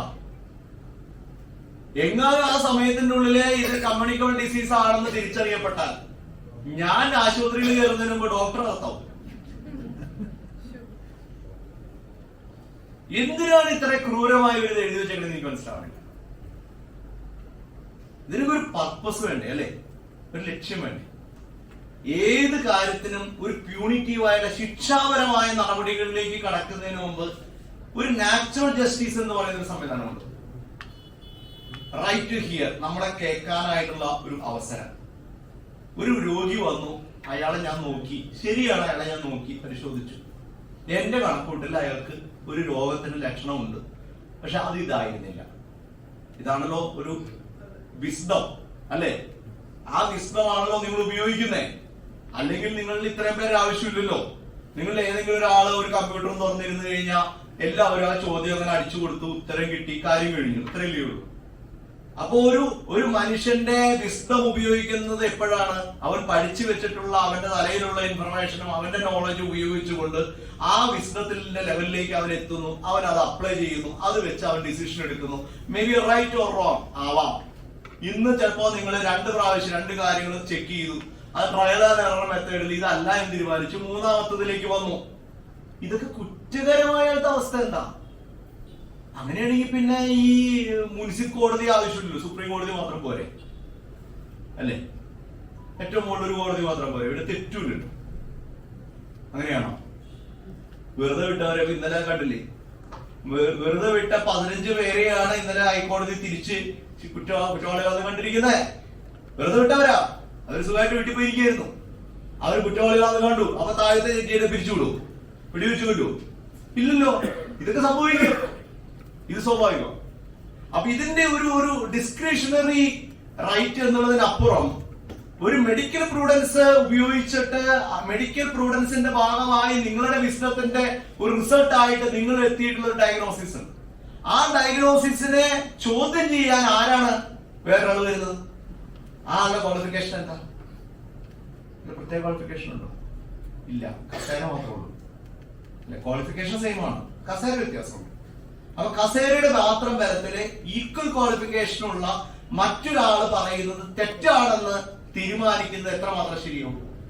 അതേസമയം നിങ്ങൾ ഈ പറയുന്ന ഒരു ഡിസിഷൻ എടുത്തു, ആ കാര്യത്തെ ഇമ്മീഡിയറ്റ് ആയിട്ട് ലോക്കൽ ആയിട്ടുള്ള ഒരു മെഡിക്കൽ ബോർഡ് കൺസിഡർ ചെയ്യുന്നു. ആ മെഡിക്കൽ ബോർഡ് പരിശോധിച്ച് പറയുന്നു, ഇത് നിങ്ങൾ എടുത്ത തീരുമാനം തെറ്റ്, നിങ്ങളുടെ പ്രിസ്ക്രിപ്ഷൻ ഡയഗ്നോസിസ് തെറ്റ്. മനസ്സിലാക്കാം, ഇതല്ല സംഭവിക്കുന്നത്. അപ്പൊ ഇതൊക്കെ ഗൗരവമായ പാളിച്ചകളായിട്ട് മാറും. ഇനി ഇതിന്റെ റിപ്പോർട്ടിങ്, ഈ റിപ്പോർട്ടിംഗ് എന്ന് പറയുന്നത് ഒരു ഡോക്ടറെ കാണുമ്പോ ഞാന് എന്റെ ഭാര്യ, മക്കള്, എന്റെ അപ്പൻ, അമ്മ, ഞങ്ങളുടെ കുടുംബത്തിലുള്ള എല്ലാവരും എല്ലാ തരം ന്യൂസ് എടുക്കുന്നവരാ. സലീം പറഞ്ഞതിൽ ചെറിയ വ്യത്യാസമുണ്ട്. ഞങ്ങൾ ഇംഗ്ലീഷ് ഡോക്ടർക്ക് പോകും, ഹോമിയോ ഡോക്ടർക്ക് പോകും, ആയുർ ഡോക്ടർക്ക് പോകും. ഇതൊന്നും ഇല്ലെങ്കിൽ വെറുതെ കാലത്തോട്ട് വേദന യോഗ ചെയ്യും. അത് എന്റെ സൗകര്യമാണ്, അല്ലേ? സലീമിന്റെ കൂട്ടുകാരനെ ഹോമിയോ എടുക്കാത്ത എന്താന്ന് ചോദിച്ചാൽ നടക്കുവോ? നടക്കില്ല, എന്റെ സൗകര്യമാണ്, അല്ലേ? ശരിയല്ലേ? ഒരേ രോഗത്തെ ചിലപ്പോ 3 കുളി എടുക്കുന്നിരിക്കും. ഇതൊന്നും പോരാതെ ചിലപ്പോ ഇത്തിരി ഉപ്പിട്ടിട്ട് നാരങ്ങളും പിടിച്ച് കിടന്നുറങ്ങിയിരിക്കും. അതെന്റെ ഇഷ്ടമാണ്. നീ എന്താ പറ്റൂലേ? അതിന്റെ അവകാശമല്ലേ? അപ്പൊ ഇതിനുള്ളൊരു ബുദ്ധിമുട്ട് എന്ന് പറയുന്നത് ഈ ഡാറ്റ ആർക്ക് കൊടുക്കണം? ഈ മെഡിക്കൽ ഓഫീസർക്ക് നിങ്ങൾ കൊടുക്കണം. ആരുടെ ഡാറ്റയാ? എന്റെ ഡാറ്റ. ഈ ഡാറ്റ നിങ്ങൾക്ക് എങ്ങനെ കിട്ടിയേ? എന്റെ വായിന്ന് വീണതാണ്. ഞാൻ പറഞ്ഞിട്ടില്ലെങ്കിലാ, ഞാൻ മാറ്റി പറഞ്ഞിട്ടുണ്ടെങ്കിലോ? നിങ്ങളോട് പറഞ്ഞതായിരിക്കണമെന്നില്ല ഇംഗ്ലീഷ് ഡോക്ടർ എടുത്ത് ചിലപ്പോ പറഞ്ഞത്, വ്യത്യാസം ഉണ്ടാവാം. അപ്പൊ നിങ്ങൾ ആരായി? നിങ്ങൾ പറഞ്ഞത് നുണയായി, അല്ലെ? സപ്രഷനായി. സത്യത്തിൽ സപ്രഷനാണോ? അല്ല. പ്രൈവറ്റ് ഇംഗ്ലീഷ് ഹോസ്പിറ്റലിന്റെ അതേ സിസ്റ്റത്തിലാണോ ഹോമിയോ ഡോക്ടർമാരെ ഇരിക്കണേ? ഒരു കൗണ്ടറിൽ പോയി പേരെഴുതി മുഴുവൻ കുടുംബേരത്തിൽ എഴുതി നമ്മൾ ഇൻഷുറൻസ് കമ്പനിയുടെ പേര് വരെ എഴുതി കൊടുത്തിട്ടാണ് നമ്മൾ ഒരു ആശുപത്രിയുടെ അകത്തോട്ട് കിടക്കുന്നത്. അങ്ങനെ ഇൻഷുറൻസ് കമ്പനിയിലെ പേരെഴുതി കൊടുത്തിട്ട് ഒരു ഹോമിയോ ഡോക്ടറെ ഞാൻ ഇതുവരെ കണ്ടിട്ടില്ല. അല്ലേ? നല്ല വ്യത്യാസമുണ്ട്. അത് നമ്മളുടെ പേഴ്സണൽ ഡാറ്റകളിൽ പോലും ഒരുപാട് വ്യത്യാസമുണ്ട്.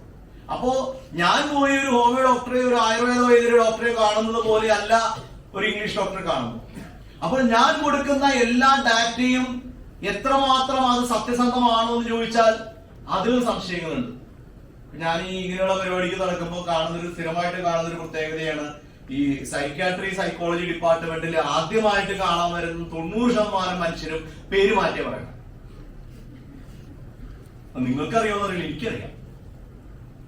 90% മനുഷ്യർ അവരുടെ ആദ്യത്തെ OP കൺസൾട്ടേഷൻ സൈക്യാട്രിയോ സൈക്കോളജിയോ ആണെങ്കിൽ 90% വേറെ പേരായിരിക്കും. അല്ല, അവർ ചിന്തിക്കുന്നത് ഇത്രേ ഉള്ളൂ, എപ്പോഴെങ്കിലും പണി പാടിയാൽ എന്റെ പേര് വരരുത്, അത്രേ ഉള്ളൂ. പേരൊഴികെ ഫാദറിന്റെ പേര് വയസ്സൊക്കെ കറക്റ്റ് ആയിരിക്കും, സ്വന്തം പേര് വ്യത്യാസം ഉണ്ടാവും. എന്തിനാ അവരങ്ങനെ ചെയ്യണേ? അവർ ഐഡന്റിറ്റി ഹൈഡ് ചെയ്തു. എന്തിനാ ഐഡന്റിറ്റി ഹൈഡ് ചെയ്ത്? പരസ്യപ്പെടുത്തി എന്താ കുഴപ്പം? സോഷ്യൽ സ്റ്റിഗ്മ വരാം, ഭാവിയിൽ എന്തെങ്കിലും ലീഗൽ ഇഷ്യൂസ് വരാം, ഞങ്ങളെപ്പോലുള്ള വക്കീലന്മാർ ഇത് തപ്പിപ്പിടിച്ച് അലമ്പാക്കാം. കല്യാണാലോചന വന്നാലും കല്യാണം കഴിഞ്ഞ് 25 കൊല്ലം കഴിഞ്ഞിട്ട് ഞാൻ ചില പെറ്റീഷൻ കൊടുത്തിട്ട് എടുത്തിട്ടുണ്ട്. അങ്ങനെ വിടാൻ പറ്റില്ല. അപ്പൊ ഈ നല്ല സ്നേഹത്തിലിരിക്കുമ്പോ ഭാര്യനോട് ഈ പാവം മനുഷ്യൻ പറഞ്ഞിട്ടുണ്ടാവും, ഞാൻ ഡിഗ്രിക്ക് പഠിക്കുന്ന കാലത്ത് എനിക്ക് നല്ല ടെൻഷനായിട്ട് ഞാനൊരു സൈക്കാട്രിസ്റ്റിനെ കണ്ടിട്ടുണ്ട്. അല്ല, ഒന്നുമില്ല, ഇത്രേ പറഞ്ഞിട്ടുണ്ടാവുള്ളൂ. ആ പോണ വഴിക്ക് ഇന്ന ഹോട്ടലിലേക്ക് ഒരു മസാല ദോശ കഴിച്ചെന്ന് പറഞ്ഞിട്ടുണ്ടാവും. ഭാര്യ അത് എഴുതി വെച്ചിട്ടുണ്ടാവും മനസ്സിലേ. അത് കഴിഞ്ഞ് ഒരു 20-25 കൊല്ലം കഴിയുമ്പോൾ ഒരു പ്രശ്നം വന്നപ്പോഴാണ് ഭാര്യ വക്കീലോട് പറയുന്നത്, ഇയാൾക്ക് പണ്ടേ ഉണ്ട്. അപ്പൊ നമ്മൾ കോടതിയിൽ പെറ്റീഷൻ കൊടുത്ത് ആ ആശുപത്രിയിൽ ഈ ഫയല് വരുത്തി വരുമ്പോഴേ കിടക്കുന്നത് കറക്റ്റ്. മനസ്സിലായോ? അപ്പോ മെഡിക്കൽ ഡാറ്റ എന്ന് പറയുന്നതിന്റെ ഭാര്യയോടും ആരോടും പറയുന്നു. ആ പോയിന്റ് മനസ്സിലായത് പറഞ്ഞത് പറഞ്ഞു. ഇന്ന് വൈകുന്നേരം പോയിട്ട് ഞാൻ തമാശ പറഞ്ഞാണ് പോയിട്ട് ഇങ്ങനൊരു അപകടമുണ്ട്. ഈ മെഡിക്കൽ ഡാറ്റയുടെ കോൺഫിഡൻഷ്യാലിറ്റി എന്ന് പറയുന്നത് എൻഷുർ ചെയ്യുന്ന ഒരു സംവിധാനവും ഈ നിയമത്തിലില്ല. ഇതാണ് ഇതിന്റെ അടുത്ത അപകടം. പ്രൈവസി, കോൺഫിഡൻഷ്യാലിറ്റി, അനോണിമിറ്റി എന്ന 3 വാക്ക് ഒരു തമാശയല്ല, അതിന് അതിൻ്റെതായ ഗൗരവം. ഈ ഡാറ്റ ഡൈവേർജ് ചെയ്യണമെന്നാണ് ഇതിൽ പറഞ്ഞിരിക്കുന്നത്. ആരോട്? ഈ ലോക്കൽ ഹെൽത്ത് ഓഫീസറിനാണ്. ലോക്കൽ ഹെൽത്ത് ഓഫീസർ ആരുടെ ഏത് കമ്മിറ്റിയിലിരിക്കണേ? ലോക്കൽ ഹെൽത്ത് കമ്മിറ്റിയിൽ. ആ കമ്മിറ്റിയിലുള്ള ആളുകളുടെ പേര് ഒന്നും കൂടി വായിച്ചാൽ നിങ്ങൾക്ക് അതിന്റെ പ്രശ്നം മനസ്സിലാവും. വായിക്കണം. Panchayat president, medical officer health, medical officer Indian system, medical officer homeopathy, panchayat secretary, animal husbandry officer, food safety officer, agriculture officer. ഇത്രയും പേര് എന്റെ വയറുവേദനയുടെ മുഴുവൻ ചരിത്രം അറിയും. എന്താ നിങ്ങളുടെ അഭിപ്രായം? ഇത് ശരിയാവില്ല, അല്ലേ? ഇതുണ്ടാക്കാവുന്ന കോൺസിക്വൻസ് ചെറുതല്ല. അപ്പൊ ഞാനൊരു ഡോക്ടറെ കാണുമ്പോ ആ ഡോക്യുമെന്റിന്റെ കോൺഫിഡൻഷ്യാലിറ്റി, ആ ഡാറ്റയുടെ കോൺഫിഡൻഷ്യാലിറ്റി ഈസ് യുവർ റെസ്പോൺസിബിലിറ്റി, അല്ലേ? നിങ്ങൾ എത്തിക്സിന്റെ ഭാഗമല്ലേ? അപ്പൊ ഇത് ക്ലിയർ കോൺട്രഡിക്ഷൻ അല്ലേ? അല്ലേ? നിങ്ങളുടെ മെഡിക്കൽ എത്തിക്സിന്റെ നിങ്ങളെ വിശ്വസിച്ച് ഞാൻ വന്ന് രഹസ്യമായി പറയുന്ന കാര്യങ്ങൾ നിങ്ങൾ ഇതിനെ സർക്കാരിന് എഴുതി കൊടുക്കുക.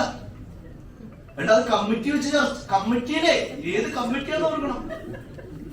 ഒരു മെഡിക്കൽ ബോർഡിലാണ് പോണെങ്കിൽ മനസ്സിലാക്കുക ഈ കമ്മിറ്റിക്ക് എന്ത് കാര്യം ഇരിക്കുന്ന എന്റെ വയറുവേദന ഡീറ്റെയിൽസ് അറിഞ്ഞിട്ട്. ഇത് ശരിയാവില്ല, ഈ പരിപാടി ശരിയല്ല. ഞാൻ പറഞ്ഞ വിഷയങ്ങൾ മനസ്സിലായിരുന്നു. ഇത്ര നേരം ഞാൻ നമ്മുടെ ഹോമിയോ ഡോക്ടർമാരെ പ്രശ്നം പറഞ്ഞു ഇല്ല. ഹോമിയോ ഡോക്ടർമാർക്ക് സത്യത്തിൽ ഒരു പ്രശ്നമില്ല, നാട്ടുകാരുടെ പ്രശ്നം. നിങ്ങൾ നിങ്ങളുടെ പ്രശ്നമായിട്ട് ഈ വിഷയത്തെ കാണുന്നു. ഇത് വളരെ വളരെ അപകടം പിടിച്ച ഒരു നിയമമായിട്ട് ഇത് മാറും. ഇത് എക്സസ് എന്ന് പറയും, അധികാരത്തിന്റെ ദുർവിനിയോഗം. Excess, high possibility of excess ആണ് ഇതിന്റെ അകത്തുള്ളത്. എന്തുകൊണ്ടാണ് ഇത് ഇങ്ങനെ വെച്ചിരിക്കുന്നത്? നമുക്ക് വളരെ വേറൊരു ഉദാഹരണം പറഞ്ഞറിയാം, കേട്ടിട്ടുണ്ടാവും. Any statement given to police shall not be taken as evidence. പോലീസിന് കൊടുക്കുന്ന ഒരു വാക്കും സമ്മതവും മൊഴിയും തെളിവേ അല്ല. എന്തിന് ഇത്ര വലിയൊരു കാര്യം എവിഡൻസ് ആക്ടിൽ എഴുതി വെച്ചിരിക്കണേ? ഇവിടുത്തെ സംവിധാനം ഇതാണെന്ന് എഴുതിയ നിയമം ഉണ്ടാക്കിയ ആളുകൾക്ക് അറിയാം. ലോകം മുഴുവൻ ഇതാണ് എന്റെ പ്രിൻസിപ്പിള്. ലോകം മുഴുവൻ, ഇന്ത്യയിലെ മാത്രമല്ല. ഒരു പോലീസ് ഓഫീസറിന് നിങ്ങൾ കൊടുക്കുന്ന മൊഴി, സമ്മതം തെളിവല്ല. എന്താണ് തെളിവല്ലാതായത്? അധികാരത്തിന്റെ പ്രയോഗം മൂലം അയാൾക്ക് കള്ള സ്റ്റേറ്റ്മെന്റ് ഉണ്ടാക്കാൻ പറ്റും. സത്യത്തിൽ നിങ്ങൾ പറയുന്നുണ്ടാവാം. കുറച്ചു നാൾ മുമ്പ് എന്റെ അടുത്തൊരു പയ്യന്റെ ഒരു മൊഴി വന്നു. ആ മൊഴി വായിച്ചത് നമുക്ക് ഭയങ്കര വിഷമം തോന്നും. ഞാൻ ഈ പയ്യനോട് ചോദിച്ചു, മോനെ ഇത് സത്യത്തിൽ നീ പറഞ്ഞതിന്റെ വീഡിയോ കാണുന്നുണ്ടല്ലോ? അപ്പൊ അവൻ പറഞ്ഞു, സാറേ സത്യമാണ്, ഞാൻ പറഞ്ഞതാണ്, വീഡിയോ ഇല്ല. സംവിധാനങ്ങളെ കുറിച്ചൊരു ബോധം ലെജിസ്ലേച്ചർ ഉണ്ടായിരുന്നു വൺസ് അപ്പോൺ എ ടൈം. ഇപ്പൊ അതില്ല. അതാണ് ഇത്തരം നിയമങ്ങൾ വരുന്നത്. അവരിതൊന്നും വായിക്കുന്നോ പഠിക്കുന്നോ ഒന്നും ചെയ്യുന്നില്ല. ഏതെങ്കിലും ഒരു ഗവൺമെന്റ് സെക്രട്ടറി ഒരു പുതിയ നിയമം ഉണ്ടാക്കാൻ തീരുമാനിക്കും. എന്താവും തീരുമാനിക്കാൻ കാര്യം? കോവിഡ് വന്നു, അത് വന്നു, ഇത് വന്നു, ഇവിടെ കാര്യങ്ങളൊന്നും നടക്കണില്ല, ജനങ്ങൾക്ക് ഭയങ്കര പരാതിയാണ്, എന്നാ എല്ലാത്തിനും കൂട്ടിയേക്കാം. അപ്പൊ എന്താ നിയമത്തിൽ കുഴപ്പം? അതെ സാറേ, അവര് പറഞ്ഞാലൊന്നും അവര് കാര്യങ്ങൾ പറയണില്ല. പിന്നെ കുറെ ഹോമിയോക്കാരും കുറെ ആയുർവേദക്കാരും കൂടി ചികിത്സിച്ചത് അലമ്പാക്കി. കുറ്റം മുഴുവൻ എല്ലാവരും എടുത്തു വെക്കാനോ അല്ലെ? അപ്പൊ അവരെ ഒന്ന് കൂട്ടാറുന്ന വഴി എല്ലാം കൂടി ഒറ്റ ഫ്രെയിമിലിടണം. നമ്മൾ പറഞ്ഞ കാര്യം നടക്കണം അല്ലേ? അപ്പൊ അതിനൊരു നിയമം വേണം. അപ്പൊ അതിനവരെ എഴുതി ഈ നിയമം കൊണ്ടുപോയി നിയമസഭയിൽ വെച്ചു. അവിടെ ഇരിക്കുന്ന ചേട്ടന്മാർക്ക് വേറെ പാടി ഭയങ്കരമായ തിരക്കുള്ള ആൾക്കാരാണല്ലോ, വലിയ വലിയ കാര്യങ്ങൾ അവർ ചർച്ച ചെയ്യണം. അതുകൊണ്ട് ആവശ്യമുള്ള കാര്യങ്ങൾ നമുക്ക് നോക്കാൻ തരില്ല. യോഗം ഉണ്ടെങ്കിൽ ഒരു നിയമം സബ്ജക്ട് കമ്മിറ്റിക്ക് പോകും. സബ്ജക്ട് കമ്മിറ്റി അത് പരിഗണിക്കും. ചിലപ്പോ പബ്ലിക് ഹിയറിംഗ് വെക്കും. പബ്ലിക് ഹിയറിംഗ് വെച്ചാലും വെച്ചില്ലെങ്കിലും കാര്യമായ മാറ്റമൊന്നും ഉണ്ടാവാൻ പോകുന്നില്ല. അതാണ് എല്ലാത്തിനും വേണ്ട മാഡം പബ്ലിക് ഹിയറിംഗ് ഒക്കെ വെച്ചിട്ട് എന്ത് മാറ്റം ഉണ്ടാക്കും? പബ്ലിക് ഹിയറിംഗിന് ശേഷം ഒരു നിയമത്തിൽ അമെന്റ്മെന്റ് വരുത്തി ആ അമെന്റ്മെന്റ് ഉൾപ്പെടുത്തിക്കൊണ്ട് രണ്ടാമത് ചർച്ച ചെയ്യുന്ന ഒരു സംവിധാനമൊക്കെ അത്യപൂർവമായി സംഭവിക്കുന്ന കാര്യം. ഇതൊക്കെ ഒരു നാട്ടു നടപ്പ് പോലെ ഇങ്ങനെ പോയിക്കൊണ്ടിരിക്കും. ഒരു എല്ലാ രാഷ്ട്രീയ പാർട്ടിയിൽ നിന്ന് ഓരോ MLA-മാരെ പിടിച്ച് അല്ലെങ്കിൽ MP-മാരെ പിടിച്ച് കമ്മിറ്റിയിലിടും. ഇവർ ഓരോ സ്ഥലങ്ങളിൽ പോയി ഇങ്ങനെ കറങ്ങി തിരിച്ച് ഹിയറിംഗ് കഴിഞ്ഞ് അവർ തിരിച്ചു വരും. ഇത്രേ ഉള്ളൂ. ഇതിനൊരു മനസ്സ് അപ്ലൈ ചെയ്ത് ഇത് ജനങ്ങൾക്ക് ഇത്രയും എവിഡന്റ് ആയിട്ടുള്ള കാര്യങ്ങളല്ലേ ഞാൻ ഇപ്പൊ ആഴ്ച മുഴുവൻ അല്ലേ? ഇത് മനസ്സിലാക്കാൻ വല്ല MLA ആവണം. ഒരാളോ അവിടുന്ന് വായിച്ചാൽ ആർക്ക് മനസ്സിലാവും? ഇത് ബ്ലണ്ടറുകളാണ് ചെയ്തു വെച്ചിരിക്കുന്നത്. അത്ര പോലും മനസ്സറിഞ്ഞ് ഇത് വായിച്ച് പഠിക്കാൻ നമ്മുടെ നിയമസഭാ സാമാജികർ തയ്യാറായില്ല എന്നുള്ളതല്ലേ ഇതിന്റെ ദുരന്തം അല്ലേ? ഇത് ഞാൻ സർക്കാരിനെ മാത്രം കുറ്റം പറയില്ല. എത്ര പേര് അതിനകത്ത് ഇരിപ്പുണ്ട്? അതിനകത്ത് ഡോക്ടർമാർ ഇരിപ്പില്ലേ? അവർക്ക് വായിച്ചാൽ മനസ്സിലാവില്ലേ? ആയിരിക്കുന്ന MLA-മാരിൽ കുറച്ചു പേരുടെയെങ്കിലും പാനൽസിൽ ഹോമിയോ ഡോക്ടർമാരും ആയുർവേദ ഡോക്ടർമാരും ഉണ്ടായിട്ടുണ്ടാവും ഇല്ലേ? ഇവർക്ക് വായിച്ചാൽ മനസ്സിലാവില്ലേ? അപ്പൊ വളരെ എവിഡന്റ് ആയിട്ടുള്ള പ്രശ്നങ്ങൾ ഇതിന്റെ അകത്തുണ്ട്. ഇത് ഇംഗ്ലീഷ് ഡോക്ടർമാർക്ക് പോലും ഇത് അപകടമാണ്. നിങ്ങൾ ബാക്കിയൊക്കെ മാറ്റി വെക്കും. ഇപ്പൊ ഈ ഡൈവേർജിങ് പേഷ്യന്റ് ഡാറ്റ എന്താ ഇംഗ്ലീഷ് ഡോക്ടർമാർക്ക് കുഴപ്പമില്ലേ? അവർക്ക് കുഴപ്പമുണ്ട്. അവർ ആദ്യത്തെ ഫസ്റ്റ് കയറി ചെല്ലുമ്പോൾ തന്നെ ഒറ്റ നോട്ടത്തിൽ ഡയഗ്നോസിസ് ചെയ്യൂ. അങ്ങനെ അപാരമായ സിദ്ധി അവർക്ക് വരുന്നുണ്ടോ? വിത്തിൻ 24-48 hours റിപ്പോർട്ട് ചെയ്യണം. എന്തിനു റിപ്പോർട്ട് ചെയ്യണം? ഇത് കമ്മ്യൂണിക്കബിൾ ഡിസീസ് ആണെന്ന് റിപ്പോർട്ട് ചെയ്യണം. കണ്ടെത്തിയിട്ടില്ല അല്ലേ? ഒരു ബ്ലഡ് ടെസ്റ്റ് സാമ്പിൾ ഇപ്പൊ എന്റെ മോനെ ഇന്നലെ രാവിലെ വയറിന് വേദന വന്നിട്ട് ടെസ്റ്റിന്റെ റിസൾട്ട് എടുത്ത് വന്നിട്ടില്ല. റിസൾട്ട് വന്നിട്ടില്ല. അവന് കമ്മ്യൂണിക്കബിൾ ഡിസീസ് ആണെങ്കിലോ? അപ്പൊ ഇത് ഒരു സയന്റിഫിക്കലി ലോജിക്കൽ അല്ലാത്ത കാര്യങ്ങൾ ഇതിനകത്ത് എഴുതി വെച്ചിരിക്കുന്നത്. ഇത് തിരിച്ചറിഞ്ഞ് റിപ്പോർട്ട് ചെയ്യാനായിട്ടുള്ള ഒരു ബ്രീത്തിങ് ടൈം കൊടുക്കാതിന് ആർക്കാണ് കുറ്റം? ഈ കുറ്റം നിശ്ചയിക്കാൻ ഈ ഓഫീസറിന് എന്തിനാണ് ഈ അധികാരം കൊടുത്തിരിക്കുന്നത്? കുറ്റം നിശ്ചയിക്കാൻ.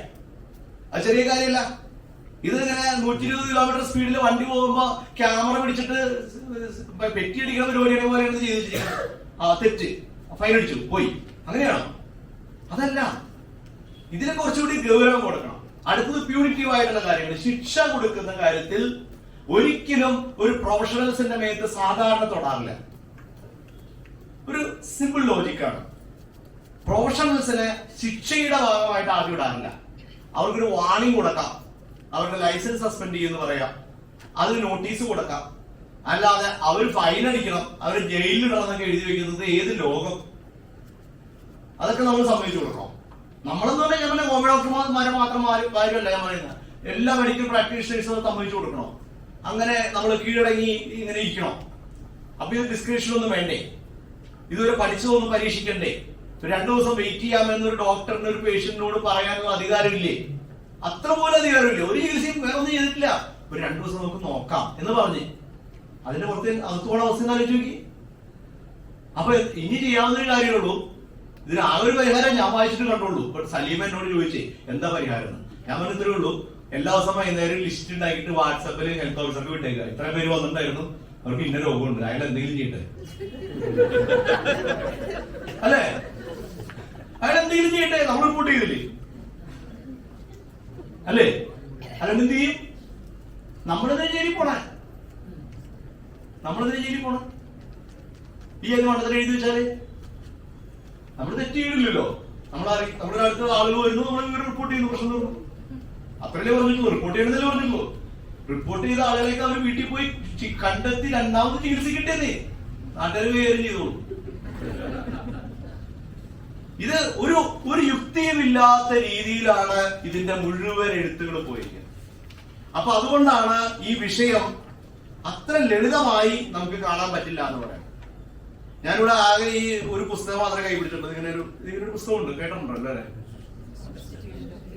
ഇതെന്തിനാ ഈ പുസ്തകം? ഇതും കൊണ്ടാണ് ഈ രാജ്യം മുന്നോട്ട് പോകുന്നത്. ഇതില്ലെങ്കിൽ രാജ്യമില്ല. ഇതിന്റെ അകത്ത് എഴുതി വെച്ചിട്ടുള്ള കുറച്ച് കാര്യങ്ങൾ. ഒന്ന്, ഈക്വാലിറ്റി ബിഫോർ ലോ. നിയമത്തിന്റെ മുമ്പിൽ എല്ലാവരും തുല്യരാണ്. ഇംഗ്ലീഷുകാർക്ക് സ്പെഷ്യൽ ഇല്ല.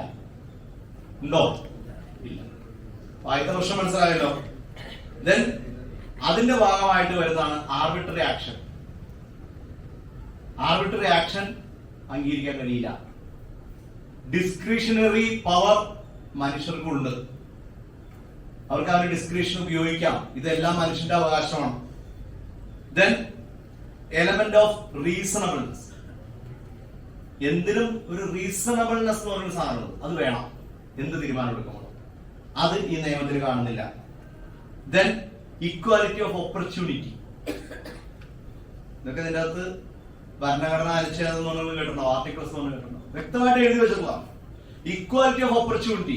എല്ലാവർക്കും ഈക്വൽ ഓപ്പർച്യൂണിറ്റി ഉണ്ടോ? ഇല്ല. Then protection in respect of acting in good faith.